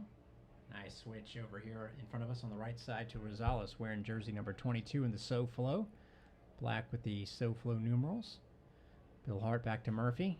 Looks ahead, sees Monhay creating some room, and tried to get the foul call there. That was absolutely worthy of what he's getting. I'll tell you right now, the official is pointing at him like, son, you're not going to go flying through the air and just fall down when you have absolutely zero chance of getting to a ball. So I will credit the official, Andrew Masache, there for not falling for that. I know, you're a forward, Alan. I know, I would have given that. Definite penalty. It was a professional fall by Monhay, but a well-officiated. We're not going to sit here and hoodwink you folks. I just can't praise the referee. I just can't do it. Let's try. I'm gonna try and come up with something that would make you say something good about the official. He's working on a cure for cancer. What do you think? Up the left-hand side to Bonatti, as Ohio State looks to build something really for the first time this half, and maybe something on there with Fafano up to Holland. Back to Fafano, the defender up, but he loses control of the ball. Pressure there by Guerrero. Again, another thing that he does well. He does do it so well. Good pressure from USF there. Challenge, as I say, that they've got here for Coach Buthorn is without Claudel, they don't have that out-and-out forward that he just gets on the end of things. The players he's got up front like to get the ball to feet. They like to create things, and that's great, but you always got to have that guy that's up top finishing things off. And I think that's where Coach Buthorn's looking at. Who does he put in, potentially, that can play that role? I know what you mean with out-and-out forward with Claudel. Kaza over to Flanagan, who can definitely create some scoring opportunities, and there's a foul committed by Ikaza in the middle of the park, unnecessarily colliding with that looks like Ortiz, who was looking around, making sure he got the call, and then he'll be fine. Yeah, I think Ortiz played for that a little bit. I didn't see too much there. It was kind of handbags there, but yeah, he's fine. Yeah. You mentioned Claudel as the out-and-out forward. I'm going to guess, and I don't do the research now, but he might end up in his career at USF with the biggest disparity from goals to assists, because he is a true striker. Yeah. I don't know if he's going to be looking to send people. He's going to be looking to finish, but that's okay. And that's what you want. You want that guy in your team that just wants to get in the penalty area in the 6-yard box and just finish things, and that's a skill set right there. My notes to make sure he doesn't have an assist already, which would make me look bad. I know he has a couple goals. The Bulls win back the ball after that free kick created by the nefariousness in the middle of the park. Victor Claudel, again, out of this game. He had 2 goals, no assist. Ikaza actually did match him in the goal department the other night with the 2 within about 2 minutes in Nashville. The Bulls' 3rd win in a row. Now he has the ball. Ikaza pokes it quickly out to Gallino, has Flanagan out to his left, knows what to do with the ball, gets it out to him. 57 minutes and a half gone. No score yet. Flanagan tries to put on those moves, sends it across, and cleared away well by Ohio State. That will go for a long throw. Good job there by Mitch Bergman. I think that's where the goal could potentially is going to come from. You know, he's on that side, that left-hand side. Flanagan, he's got the beating of that Ohio State fullback. They've got to keep feeding him the ball, putting some good crosses in. And you're right to notice that with about, 15 minutes to go in the first half, Ohio State really sent its guys back, and that's where they are right now. Yeah, they're getting tired. The Bulls in and on the front foot right now, but no score yet as we hit 58 minutes. Monhay over to Bill Hart, lets it run to him. Has a long shot, and it's got a chance, and it's just great wide. Absolutely a beautiful curling effort there by Bill Hart. Yeah. Keeper Did everything had it right played there, well. didn't he? Did everything right. Good turn. It's the right place to finish. Tried to bend it in the corner, far post. Did everything right, just a couple of inches wide. But that's good. You know, USF's moving the ball faster, quicker now. Ohio State's getting tired. Now this is a good time. Now they need to make this this pressure count, USF, and put a goal in. Ortiz back down on the turf for Ohio State as Benatti comes out. Either that just to get a drink, which is not the most unwise approach I've ever seen here. In fact, everyone is going to head to the sidelines. As we see that, we'll tell you what's going on over at the corral as the volleyball team is having the turnarounds of all turnarounds right now in front of us as they were down 2-1, but they have completely wiped out Jacksonville since. They are up 25-14 after winning the fourth set and up 9-2 in the fifth set. Goodness gracious, they are rolling. So looks like Courtney Draper's squad is going to be off to a 4-6 start. And incidentally, they'll be at home this week. And remember, the football team is off. And so the volleyball squad will be hosting a couple on Friday and another on Saturday. And then women's soccer will be back at home on Saturday night against Texas Tech. I would imagine that anyone that enjoys soccer will be here. We've seen great crowds so far, Alan. Yeah, it's been great turnouts, and hopefully more and more people are going to keep coming out. You know, it's some great soccer out here, and great evenings entertainment. No doubt about it, and extraordinarily inexpensive.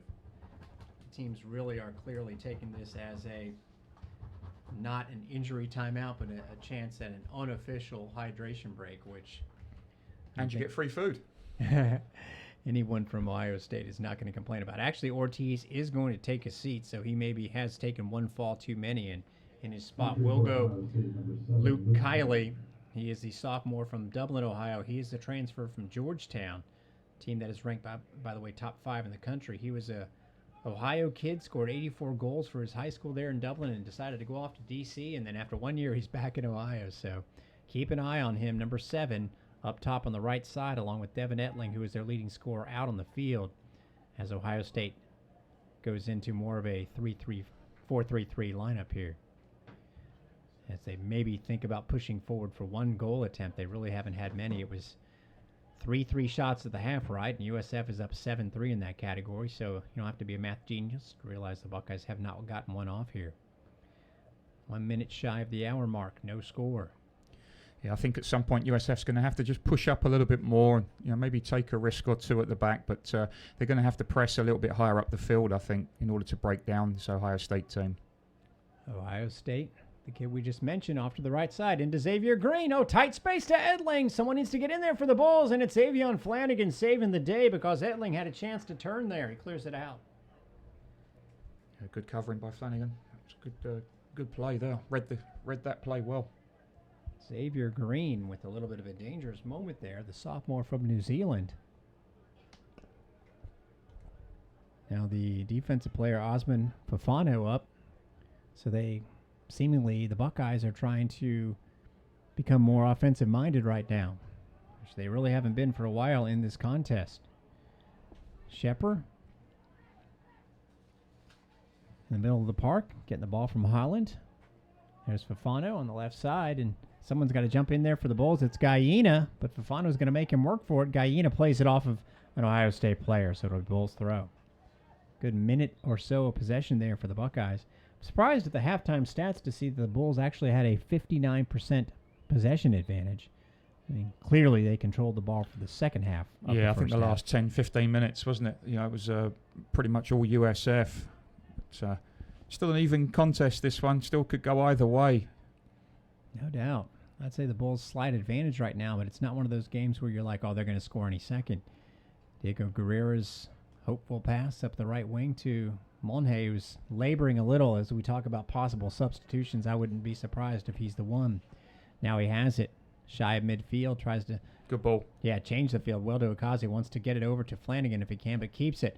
Drew the defender that way and tries to slot it forward to Billhart, but jumping in there was Bergman, who was all over the ball for Ohio State. Mitch Bergman. Give him a lot of credit for being very solid in the center of that defense. Junior from Ohio has only gotten actually 4 starts each of the last couple of years, but has looked tremendous out there tonight. 61 minutes gone. Ikaza tries to win the ball far away from us on the right side of the field, but Jackson Ketchup gets it out of there. Instead, Rosales, I think, got a foot on that. He's going to have to try and play it in bounds, and he keeps it in, but Fofana will get it for Ohio State back in its own end. Up in the middle to Luis Hernandez, the transfer from Kentucky. Only saw 1 game of action in 2 years for UK, so needless to say, he was looking for a new home, and he's found it in Columbus, Ohio. A little bit of space opening up in midfield now. You see how deep Ohio State's defense is playing. They're playing real deep, and the forwards are pushed up the field. So for the midfield, they got 70 yards to cover. They're going to get very tired. So USF, they can start dominating this midfield, start getting some attacks going. I wonder if Coach Buchanan maybe put a few subs in soon, get some fresh legs in there. Not halfway through the second half yet, and you're talking about Shepard, you're talking about Hernandez, who, again, hasn't had much game time at all over the last 2 years, so he could be a certain candidate to get tired in the middle there. A little debate on the other side about who's going to take this throw. It looks like it's going to be the Bulls. See, there's a lot of space in that middle now. We've only had 1 substitution on USF's end the entire evening, and it was Ikaza coming in for Rutherham. Now it looks like it's going to be number 2 with Trey Jackson. Jackson's going to come in, yeah. Hopefully bring that spark again. And again, if I'm predicting just by the viewpoint of things, it would be for Monhe. Bulls lose the ball out of bounds on the right side of the field. Going from our right to our left, Ohio State tries a quick throw. Zips it across to Hernandez, the aforementioned Kentucky transfer, out to Fofana, the Aussie. And he has got to run after the ball and does well. He's got the same boots as Javane Brown, those light blue, kind of North Carolina blue-colored boots. I don't think anyone else has those on. Pretty sharp look. I guess the players can wear whatever footwear they want because I don't think anyone has the same on this field. Ohio State, and it's intercepted by Rosales. As we have surpassed the midway point of the second half. I'm sorry, we're 5 minutes away. We're at 63.5 minutes. No score yet. And Harrison Devonish Mears, with Devin Etling running onto him, has to get rid of the ball quickly. He has the moment of the game. It was a header, a beautiful header on the second of 3 consecutive corner kicks by Ohio State, and buzzed the goal. And there it is. There's the sub we talked about. Yep. Trey Jackson for Josue Monhe. Yeah, it's been hard for Monhe because it's not his natural position, playing with his back to goal, being the target guy up front. He likes to get the ball to feet and run at people and thread balls through. So it's a tough role for him, but he's put a good shift in. He's worked hard, and hopefully now Jackson can come in and make a difference. Jackson, a true forward, and if you're just tuning in, Victor Claudel, the truest of true forwards on the Bulls roster, unable to play tonight, turned his ankle in practice yesterday. Trey Jackson certainly able to come off the bench. Good skill. And already, as you hear the crowd react. That's the spark you want, isn't it? Lift the crowd, lift the team. That's the spark you want to see. Dribbles out of trouble and around 2 guys. Gallina, a long ball. Only Flanagan can possibly get to that, but not in this case. It'll go out for a goal kick. Oh, a nice bit of work there by Trey Jackson, the junior from Ocala. Couple of goals in each of his first 2 seasons, and then had the game-winning goal against Marquette 10 days ago. That was... Seems hard to believe, but the Bulls' first win of the season, we were so in doubt at that time because they were 0-1. Marquette had just tied up the score on a great goal, and here comes Jackson off the bench to really start a 3-game winning streak for the Bulls. Since that goal, they've outscored their opponents, 6-1? Yeah, that's what it might. It may take that tonight. A little bit of individual brilliance from someone. That's hopefully what what you want to see. Well, nice work there by Ikaza to chest down a ball to himself on the long fly and into Jackson, who is just rightly into the contest with some fantastic dribbling. Massafera. I'd like to see USF switch to play a bit quicker. Now they're Ohio State is getting tired, but USF's got to switch the ball side to side. Just keep probing, moving Ohio State around. Ikaza gets it into the center to Jackson, drops it back to Diego Guerrero, who has played this entire game. along with really the back 5, as it were. Jackson up to Bill Hart. There we go. Flips it over. Nice switch over to the left side, but Flanagan with the tricky settle gets to it. Tries to go across the line, and he's fouled in the box. What are they going to call here?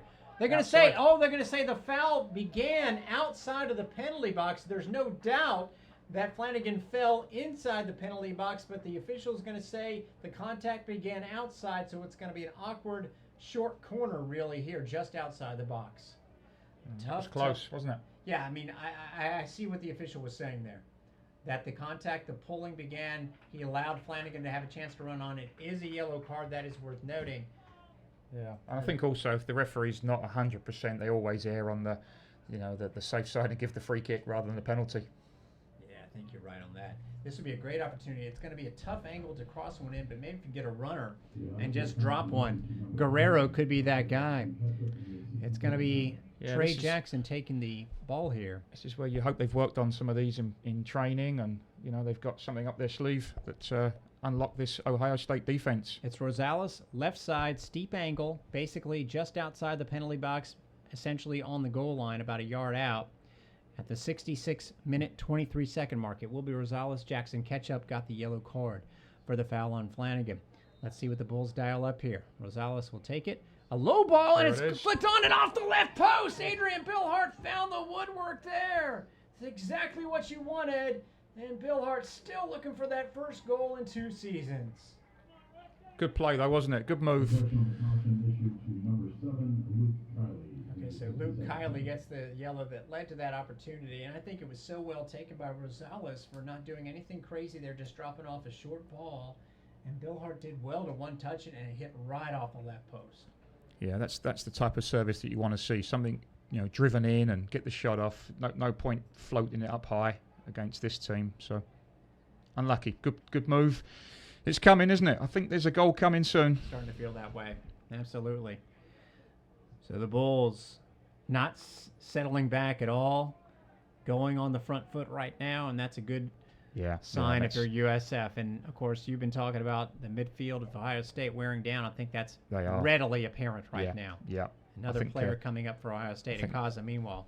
That's the impetus USF needed, wasn't it? Rosales into the box to Bill Hart. Tries to jump over. Turns onto his left foot. Gets a little space. Waits for some opening over to Jackson.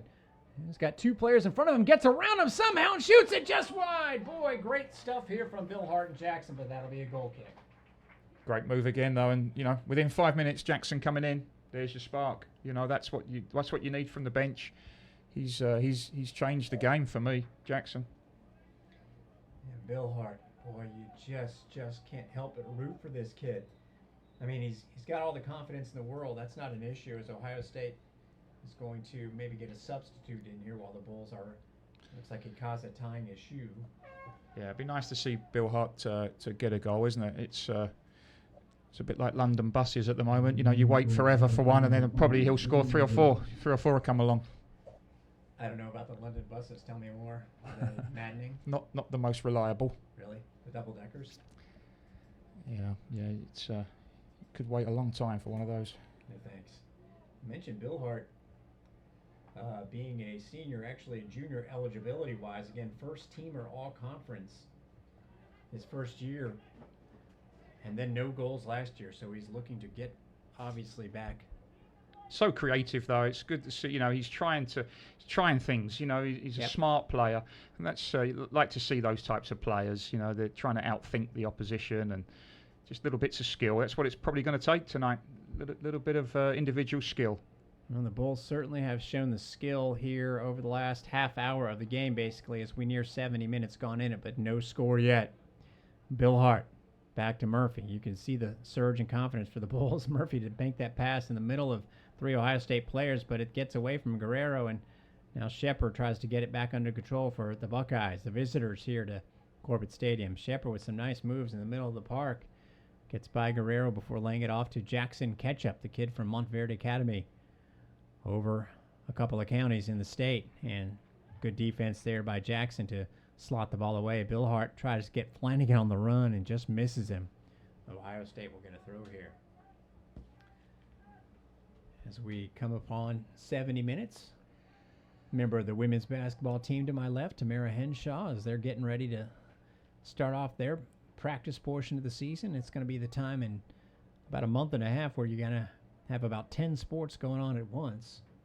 We've got enough going on right now with soccer and volleyball and golf and cross country and, of course, football, which has the week off right now. Men's soccer looking to extend its 3-match winning streak, but in a draw right now with Ohio State scoreless, but starting to get much more in the way of threats. He's got all his subs off the bench, hasn't he, as well, Coach Buhorn? He's got them all warming up. I think he's going to look around the 75th minute mark and, maybe put a couple more players in, looking again for a spark.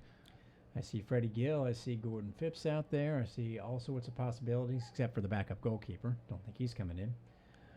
Harrison Devonish-Mears has done a spot-on job here tonight.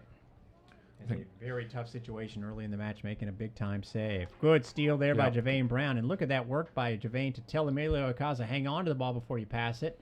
So directing traffic and getting it across midfield eventually to Bill Hart. Over to Jackson.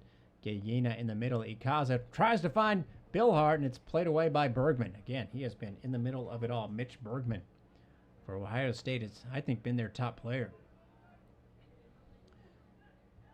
Buckeyes looks to get a little bit of momentum here possession-wise, but it's just not been happening. They had that minute or so of possession, but that seems about it in the second half. Oh, look at Gallina getting it from Etling. I'm going to tell you what, when he loses the ball, he turns into a ball of fire, and fouls are afoot. Yeah, he's winning all the loose ball, isn't he? He's done well there. He's winning all the 50-50 stuff. He's starting to assert his dominance there. Just wondering if coach is going to maybe sacrifice a holding midfielder or even a defender here and maybe put an additional attacker in, because I think this is the time now where Ohio State they're getting tired, and I think USF has got to press a little bit more now, take advantage. Good point there. Jack Holland ended up fouling, not Atling, against Gallina. But that's one thing I've noticed about the Buckeyes. They're pretty hard-nosed. They don't take kindly to losing a 50-50 ball. It results in a foul sometimes. So, yeah, we'll keep an eye on who's coming in for the Bulls. And you may be right. Go with an attacking player like a Phipps, who's provided a spark, like a Gill possibly. I don't think anyone in the back is coming out. And right now, I can't think of any candidates offhand. Maybe Guerrero getting a little tired. I like what Icaza's been doing lately, so I don't know if you want to take him out. Yeah, I think he'll stay. I think, like you say, Guerrero may come out. Got to keep Bill Hart out there. He has been a candidate to be pulled at this time of the game, but I don't think the way he's playing tonight that would happen. Murphy up the right side of Rosales, guarded well by Fafano. Probably too well to some of those fans' liking. And who gets the throw here? The Bulls do. Rosales wanting for a call there, but you can't rely on the officials too much at this point, especially where the ball is. 70 yards from goal. Rosales just brought it to within about 65 yards from goal when he threw it. 72.5 minutes gone. Derek Sharp, Alan Anderson looking for the first goal in this one. Bulls have had some chances, including most primarily Adrian Billhart hitting the crossbar off of a ball that could have been a foul that could have been called in the penalty box, but was just called outside. Long ball up by Murphy to Icaza. Bless his heart, he's going to try and sprint onto that one, but it's going to roll out of bounds for a goal kick. Yeah, and I think Ohio State is okay. They're happy with USF hitting those long balls. They're not going to get a lot from that. USF needs to keep the ball, keep passing, keep moving, quick passes. They got to get in behind Ohio State. Moving the ball and some quick plays. I think the quicker the better in this case. So Devin Etling, you just heard a fan telling him to sit down. He's been a menace out there. And now he's going to sit down for the Bulls. The very talented player for the Buckeyes, redshirt sophomore out of Ashland, Ohio. 3 goals, 2 assists last year. 3 goals already this year. Avion Flanagan in to Billhart. Got a chance at a tough angle. He's going to shoot it, and it's saved over the goal by Siegfried. Great effort there by Billhart to go high, but Siegfried was up to the task. Corner coming. Yeah, good shot, good save. Hit the target. That's you can't argue with that. Tremendous sight there by Flanagan to spot Billhart, who knew what he had to do with that. If he had taken one more touch, he would have gone into some traffic. So tried to go short corner and just missed it. Yeah. Again, the difference for me though there from the other previous games is that Billhart he gets the ball in that side there, but there's nobody else in the penalty area. That's where Claudel would have been. Short corner, Rosales to Flanagan sets it back for an even shorter attempt. They're good on net and flicked away by that looked like Ortiz for Ohio State back into the game. Javane Brown gets it in. Can a touch of Kaza happen? No, but it's still on for the Bulls. Bill Hart in the right corner. Good work here by USF as we approach 75 minutes. They continue to knock on the door. Yeah, keep the pressure on. Javane Brown cuts it across beautifully to Marcus Murphy. Jackson had a chance at it, but was taken away by Ohio State. Now Henry Gallina using that bid frame. It's been player of the game for me, really. He's won so many loose tackle, challenges, 50-50s. Physically, had a great game tonight. Physically much bigger than Braden Durbin, the young kid, one of the freshmen for Ohio State, who's gotten some time here, but you could just see the much more mature Gallina taking the ball away as we've gone past 75 minutes. So Stephen Rutherham looks like he's next to check in. We'll be keen on seeing who he replaces. Needless to say, he is a forward option. And could it be Bill Hart? I don't know if you take Akaza out. We'll see. But right now, Rosales to Bill Hart. Oh, back to Rosales. Can he touch the ball to himself? No. Taken away well by Fafano. Still to Rosales with two players in front of him. Tries to turn it and tucks it to himself back out of the penalty box over to Bill Hart. Cross opportunity here and headed, but away by Kazi. You got to keep that ball low, and he headed it straight up and out of bounds. Yeah, he tried to flick it and just got too much on it, didn't he? But again, good move from USF. Good movement off the ball. Some good quick passing. And it will be Bill Hart coming out. Yeah. For Rutherham. Bill Hart, you can see the way he is walking off the field a little bit slowly, maybe a little tired. He's put in a lot of work. Yeah, he is. He's worked hard tonight. Just needs a goal, doesn't he? You know, get that first goal, and I think plenty more will come. I don't know if he's got 90 yet this year. No, this is already his most in a game. He went 73 against Maryland. That was his season high. So we are past 75 minutes, and that would explain that move there. Ohio State cramping up now. Defender out there with cramp. It's this last 10-15 minutes now. USF needs to keep on pushing. That's where I think Coach Buhorn's got a decision to make now. Does he keep pushing and putting some more attack-minded players on and maybe give up a little bit at the back? But I don't see a lot from Ohio State right now, so I think he can afford to do that. As the players are taking this opportunity to get some fluids, we'll take the opportunity to tell you that the volleyball squad got a win tonight. Again, they had lost the third set to fall behind 2-1 to Jacksonville, but they rolled the rest of the way, 25-14 in the fourth and 15-6 in the fifth set. So nice rally there. Jakara Walker, the senior, 16 kills. Nicole Legg, that's a big story. She's a sophomore who really didn't play at all as a freshman. 12 kills. I can guarantee you that's her career high. Double figures each for Lindsay Pliapole, the sophomore, and Jack St. Cyr, the outstanding freshman from Shorecrest. So a win over there. And the Bulls, of course, on the soccer pitch here at Corbett Stadium, hoping for a win as well. Another substitute for Ohio State for the cramped-up player, who appears to be Fafano.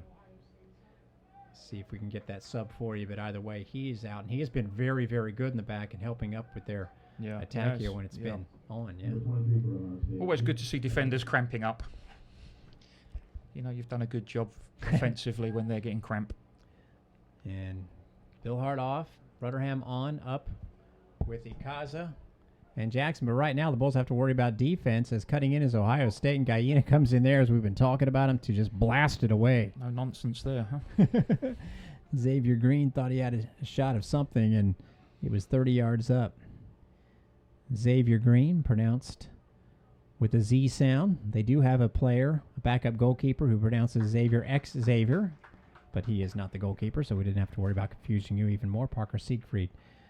Fine couple of saves here lately for Ohio State. He also got some help from the crossbar right now. Harrison Devonish Mears gets some help on defense by Javane Brown. Those two players just got honored by the conference among its players of the week, along with Victor Claudel. Not playing tonight due to an ankle injury. No score yet. You'd like to make it convenient and connect the two. Well, without Claudel, the Bulls haven't had much on offense, and to some degree, but they've had a lot more chances of late. As we've hit right on 77 minutes. Ball ricochets up for Ohio State. There's Bonatti. He's dangerous, but he has 3 Bulls on him. See how dangerous he really is. Not bad. Gets it out to Chasen, and that's going to lead to a corner kick. As Chasen plays it off Marcus Murphy, who swears it went off of Chasen, but this will be a dangerous situation. Yeah, we've got to be careful here. Ohio State had 6 corner kicks at halftime, if I'm not mistaken, so this will be their first of the second half. I think this is, their best chance if they are Without going to doubt. score. This is State. dangerous, folks. The Bulls have given up a is, couple on corners this year. And Bonatti puts in a decent one, but high, and it's got enough air under it that can get to it, but it's Ohio State on the right side. Lofted back, chipped in Devonish Mears, and boy, that ball had the right trajectory to go underneath the crossbar by Bergman. If he hasn't done enough already, but it was wide for a goal kick. So crisis averted there by the Bulls. 12 minutes to go in regulation. And again, this Ohio State team has come up with some OT win this year against Dayton at Dayton. So they have had the success there. The Bulls have not gone to overtime yet this season. They had a tie game with 10 minutes to go against Marquette where they scored the goal, so maybe something similar here tonight with about 11 and a half minutes to go. Rosales draws a couple of defenders in and then gets out of that jam. Sends it across. Every member of the Bulls defense getting a touch on the ball. Finally, Mazzaferro up to Trey Jackson. Sees Flanagan to his left, Rosales to his right. It's going to go to Akaza, and he loses the ball. Boy, if Rosales had gone to play that, I think the Bulls still have possession, but they lose it. Yeah. Well, this is where fitness comes in now. I mean, this is, all good teams, when you're fit, you score goals late. That's always a good sign. So they just got to keep plugging away, USF, keep pressing, look for that opening, and hopefully score late. Or now would be fine. Anytime in the next 11 minutes. That's where we are right now. Alan Anderson to my right, Derek Sharp here with the call. Thanks for tuning in to Soccer on USF Bulls Unlimited. Trying to bring you a 3-for-3 winning start to the season as far as the men go. If you really take it back to the 3 exhibition wins we brought you, we've had 5 men's broadcasts and all 5 wins so far, but Ohio State making it tough on the Bulls. Started off the game really strong to the Buckeyes. Were the better team, frankly, for the first 25, 30 minutes, but it's been all Bulls since, still not able to score. Finding the left post was Adrian Billhart. He's out of the game. Rutterham's in for him. Rosales tries to take advantage of a misplayed header and will just let it roll out for a throw-in. Does he take it quickly or does he give it off to Marcus Murphy for a toss? No, it's a throw to Murphy. One touch, and it was a good work there from Guerrero to Rosales in the right corner. Got 2 men on him. Cross in. Jackson settles it. Turns it around, but it's blocked away by Ohio State. Surprisingly, it wasn't Bergman. It was another player for Ohio State. But a good turn there by Jackson. Yeah, it was unlucky. The rebound didn't fall to anybody in a green shirt. That was business. The man who nearly scored the goal for Ohio State on the header, making a key clearance there on a good turn and strike by Jackson.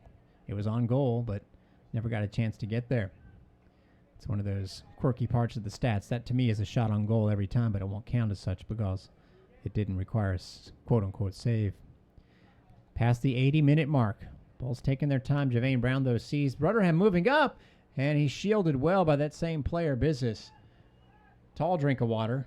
Gets it off to the left-hand corner of the park. Bulls pressing in. Trying to not let Ohio State clear it out. Rosales cuts it in there. Murphy up from defense, steps in front of a player. Gets it to Jackson. Good work there by Marcus Murphy. Let's see if Jackson can continue it. He's into the box. Left foot. Slots it off to Akaza. And again, skies it over. Akaza has had a couple of chances to get something on net here in the last 5 minutes and has gone high. It'll be another goal kick. Fatigue, wasn't it? A little bit tired, Ikaza, and just leant back as he struck the ball, and that's what happens. Ball goes sailing over the bar. But good close control from Jackson. He's got some great skills. He keeps the ball close to his feet. The good dribblers, they don't lose the ball away from themselves. And they kept it tight. He's creating some chances, Jackson. I think that's where the goal could come from. So funny because Ikaza was just clinical in his 2 finishes at Lipscomb, close to the goal. These have been a little bit further away, and he's gone sailing over the bar with them. Now a good block there by Ohio State with a chance on here, created by Ortiz. Slotted it over to Green. Can Murphy get there? He does. Slide tackle, safely away from the defender's feet, so there's nothing nefarious there, nothing that could be a call. Didn't he? He had to time it perfectly, because otherwise that could have been a penalty. Yep. Got all ball clearly and measured it perfectly. The sophomore for the Bulls back on that incredibly young but talented back line. But Ohio State now, Ortiz had a chance to line something up, but it was knocked away from behind. I think Jackson coming in there. So you got defensive players moving up in the action. offensive players moving back. Everyone putting forth the effort right now, and Emilio Icaza just got fouled. And at the same time, a message from the official, like, I saw what happened. You don't have to tell me. Wasn't sure if he saw that or not at first, but I think he did. We've seen that Icaza is pretty good at drawing fouls. Now, that was definitely a foul either way. See Rudderham there, though. He's a little bit confused, I think, of where to go. You know, he's playing up top, but he's not sure of coming short and pick the ball to feet or go long and try and get the ball over the top. And I think he's just not quite sure. You see he's picking the ball up to feet now, playing it. He's got to get involved. That's his skill. He's being involved in the game and being busy. He and Jackson, the true forwards in the game right now. Flanagan getting forward on the left side, dances in and around a couple of Ohio State players, and I think that's going to be a throw. No, it's going to go Buckeyes throw here as we get to about 6.5 minutes left. They will make another substitution. Jack Holland, again, one of their top players so far in this season, served in the corner kick to Ortiz that won it in overtime at Dayton. That was a 1-0 overtime game. We'll just keep mentioning that. Hopefully there's no corner kicks in overtime. Hopefully we don't get to that point, but would be, if you're Ohio State, a fine finish. They've already had that this year. Bulls hoping to get something here, I'm guessing, before 90 minutes expires. Javane Brown jumps in the path of the ball, but Ortiz jumps into it for Ohio State, which tries to push forward. Over to Fafano, who is okay, back into the contest. We're glad to see that. Rosales all over him.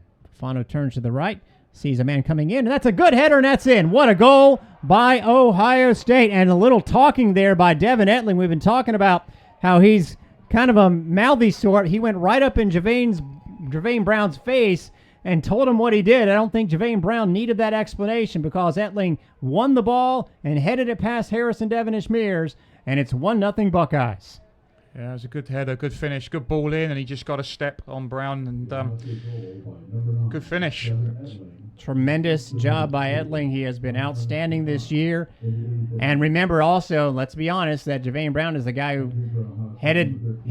made contact with Etling earlier in the game, knocked him out of the game for a few minutes, so I'm sure Etling remembers that and was reminding him of that. Well, there are 6 minutes left for the Bulls, and Bill Hart comes right in for Icaza, by the way. And Brown's on a yellow card, so he's got to keep his head there and not get involved. But there's still time for USF to come back here. They just they got to keep playing, keep doing what they were doing, try and create some openings. Fafano with a great service to Etling, and he heads it in. And it was a tremendous fourth goal of the season for Devin Etling, the redshirt sophomore from Ashland, Ohio. And he is running around right now, still feeling the exuberance from that. The Bulls have time here, but not much. A little less than 6 minutes to go. And again, they bring Adrian Billhart off the bench for Emilio Icaza, who's been off with his shot. Flanagan up to Trey Jackson, who's still out there. Bulls need to answer here. Well, they're going to have to score at some point. No time like the present when you fall behind 1-0. Buckeyes, again, have been playing close games, winning close games on the road, so this is no shocker. Let's see what kind of response the Bulls have. Murphy up to Rosales on the right side. Billhart back in the game as we near 5 minutes left. Has two players on him. Looks for help from Rosales. Gets it off to the right. Fafano back there on him. Gallina chops it over to Guerrero. He has Mazzaferro up as the Bulls press up.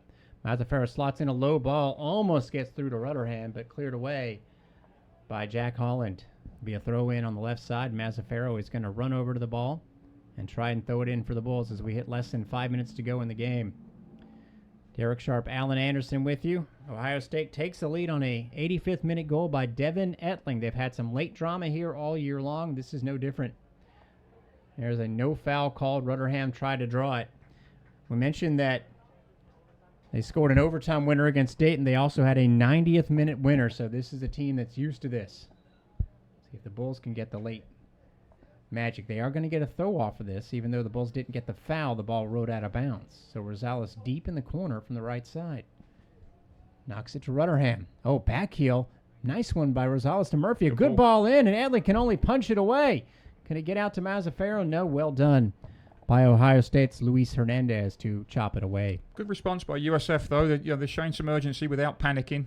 They're picking up the tempo, but just got to keep plugging away. Oh, headed in by Murphy, and it's low, and Jackson has a chance at it. It's inside the middle of the box, but played away by Ohio State. Bulls calling for a hand. I didn't see it. And their goalkeeper, Parker Siegfried is like, come on, guys. Pick it up. This game's not over yet. And I like all this activity in front of me. The Bulls hope to keep it going. Jackson was right there on the doorstep. It was started by Rosales here and Murphy on the right side. Rosales again with some good work. Marked well, though, this time by Ohio State's Xavier Green, who gets the ball back with 3.5 minutes to go. Rosales called for a foul. And the fans are starting to get a little upset, but that's what happens when you fall behind. I think Ohio State's playing pretty solid soccer right now. Didn't like that Etling jumping in the face of the Bulls player to trash talk him. That could have led to a yellow card, but I think the official knew what that was all about. Again, those two collided head-to-head earlier, and that was a scary moment if you're Devin Etling, that he clearly recalled as he put in the goal there. Got to be impressed by Ohio State. Coming on the road and doing what they're doing. Only 3 minutes left for the Bulls. They're going to push here, down 1-0. Yeah, I think the game plan from Ohio State was that, wasn't it? It was, contain, just keep it tight and hope for something. It was a cross and a header. That to me was how it was going to come, a headed goal. Sure. And USF now, they've just got to keep their focus. They're going to get another chance. There's going to be another chance, half chance at least. So they just got to wait and be patient on it. Well, their head coach, Masonov, is out there on one knee trying to coach his team through these last now 2.5 minutes, and Ohio State is pushing up, making it difficult for the Bulls to get anything in. Guerrero up to Javane Brown, almost loses it as he's pressed out there by Holland, gets it over to Mazzaferro.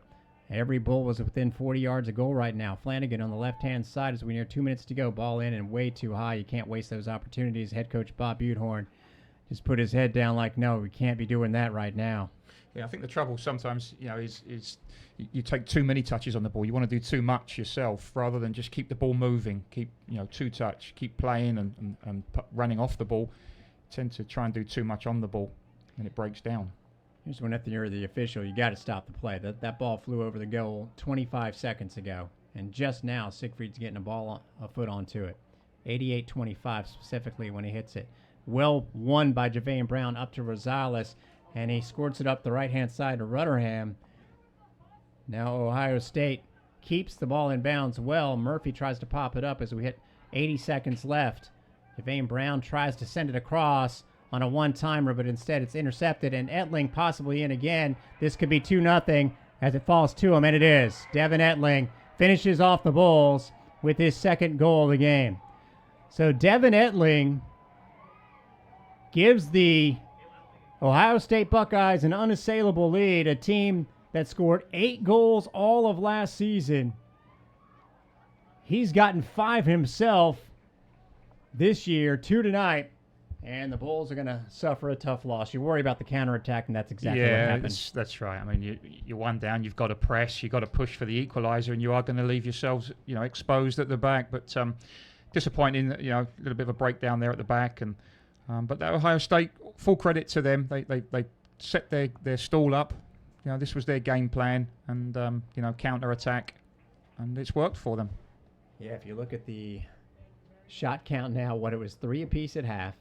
It's 14-6 Bulls. So Devin Etling has gotten 2 goals on their 3 shots. Green will get the assist. Again, he took over the ball at midfield, and it was not a finished story there. It wasn't an easy goal for Etling. He created it, and you just got to give him all the credit in the world, the redshirt sophomore from Ohio. So they've had all these transfers that have helped them be a much better squad this year, but it's the youngster from Ohio that has been with the Buckeyes now in his 3rd year who's gotten the win for them tonight. And this is the challenge that USF's going to have. They're making a reputation for themselves. They've beaten some good teams. So, teams are going to respect them. They're going to come in. They're going to bunker in. And it's up to USF to break them down. And that's what they've had to do tonight. And they just haven't quite figured out how to do it. But they'll learn from this, and they'll get back on the practice field and learn how to break teams down better. And we can say it now as there's 20 seconds left. They missed Victor Claudel. I think they really did. Yeah. It's when you've got that out-and-out goal scorer. He's a poacher. That's what he does, and they haven't quite had that tonight. Bill Hart with 10 seconds left over to Flanagan. Almost be a cruel joke if they scored now. So, well, that's not going to happen. The Buckeyes fans in attendance and their coaching staff shake hands. They realize what a big result this was for them.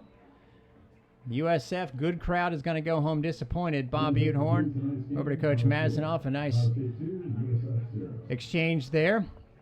make sure there's nothing too crazy here on the field. I know Etlin was feeling it after that goal, but he's smiling now, and I think it's all good words between the two sides here. Yeah. So, listen, like you said, I think it's a good point to make, Alan. You have to learn how to play as the hunted at sometimes, and the Bulls just didn't quite have that finishing touch, that sharpness tonight. That's right. The key now is how do you rebound from this? You know, they've had a couple of good wins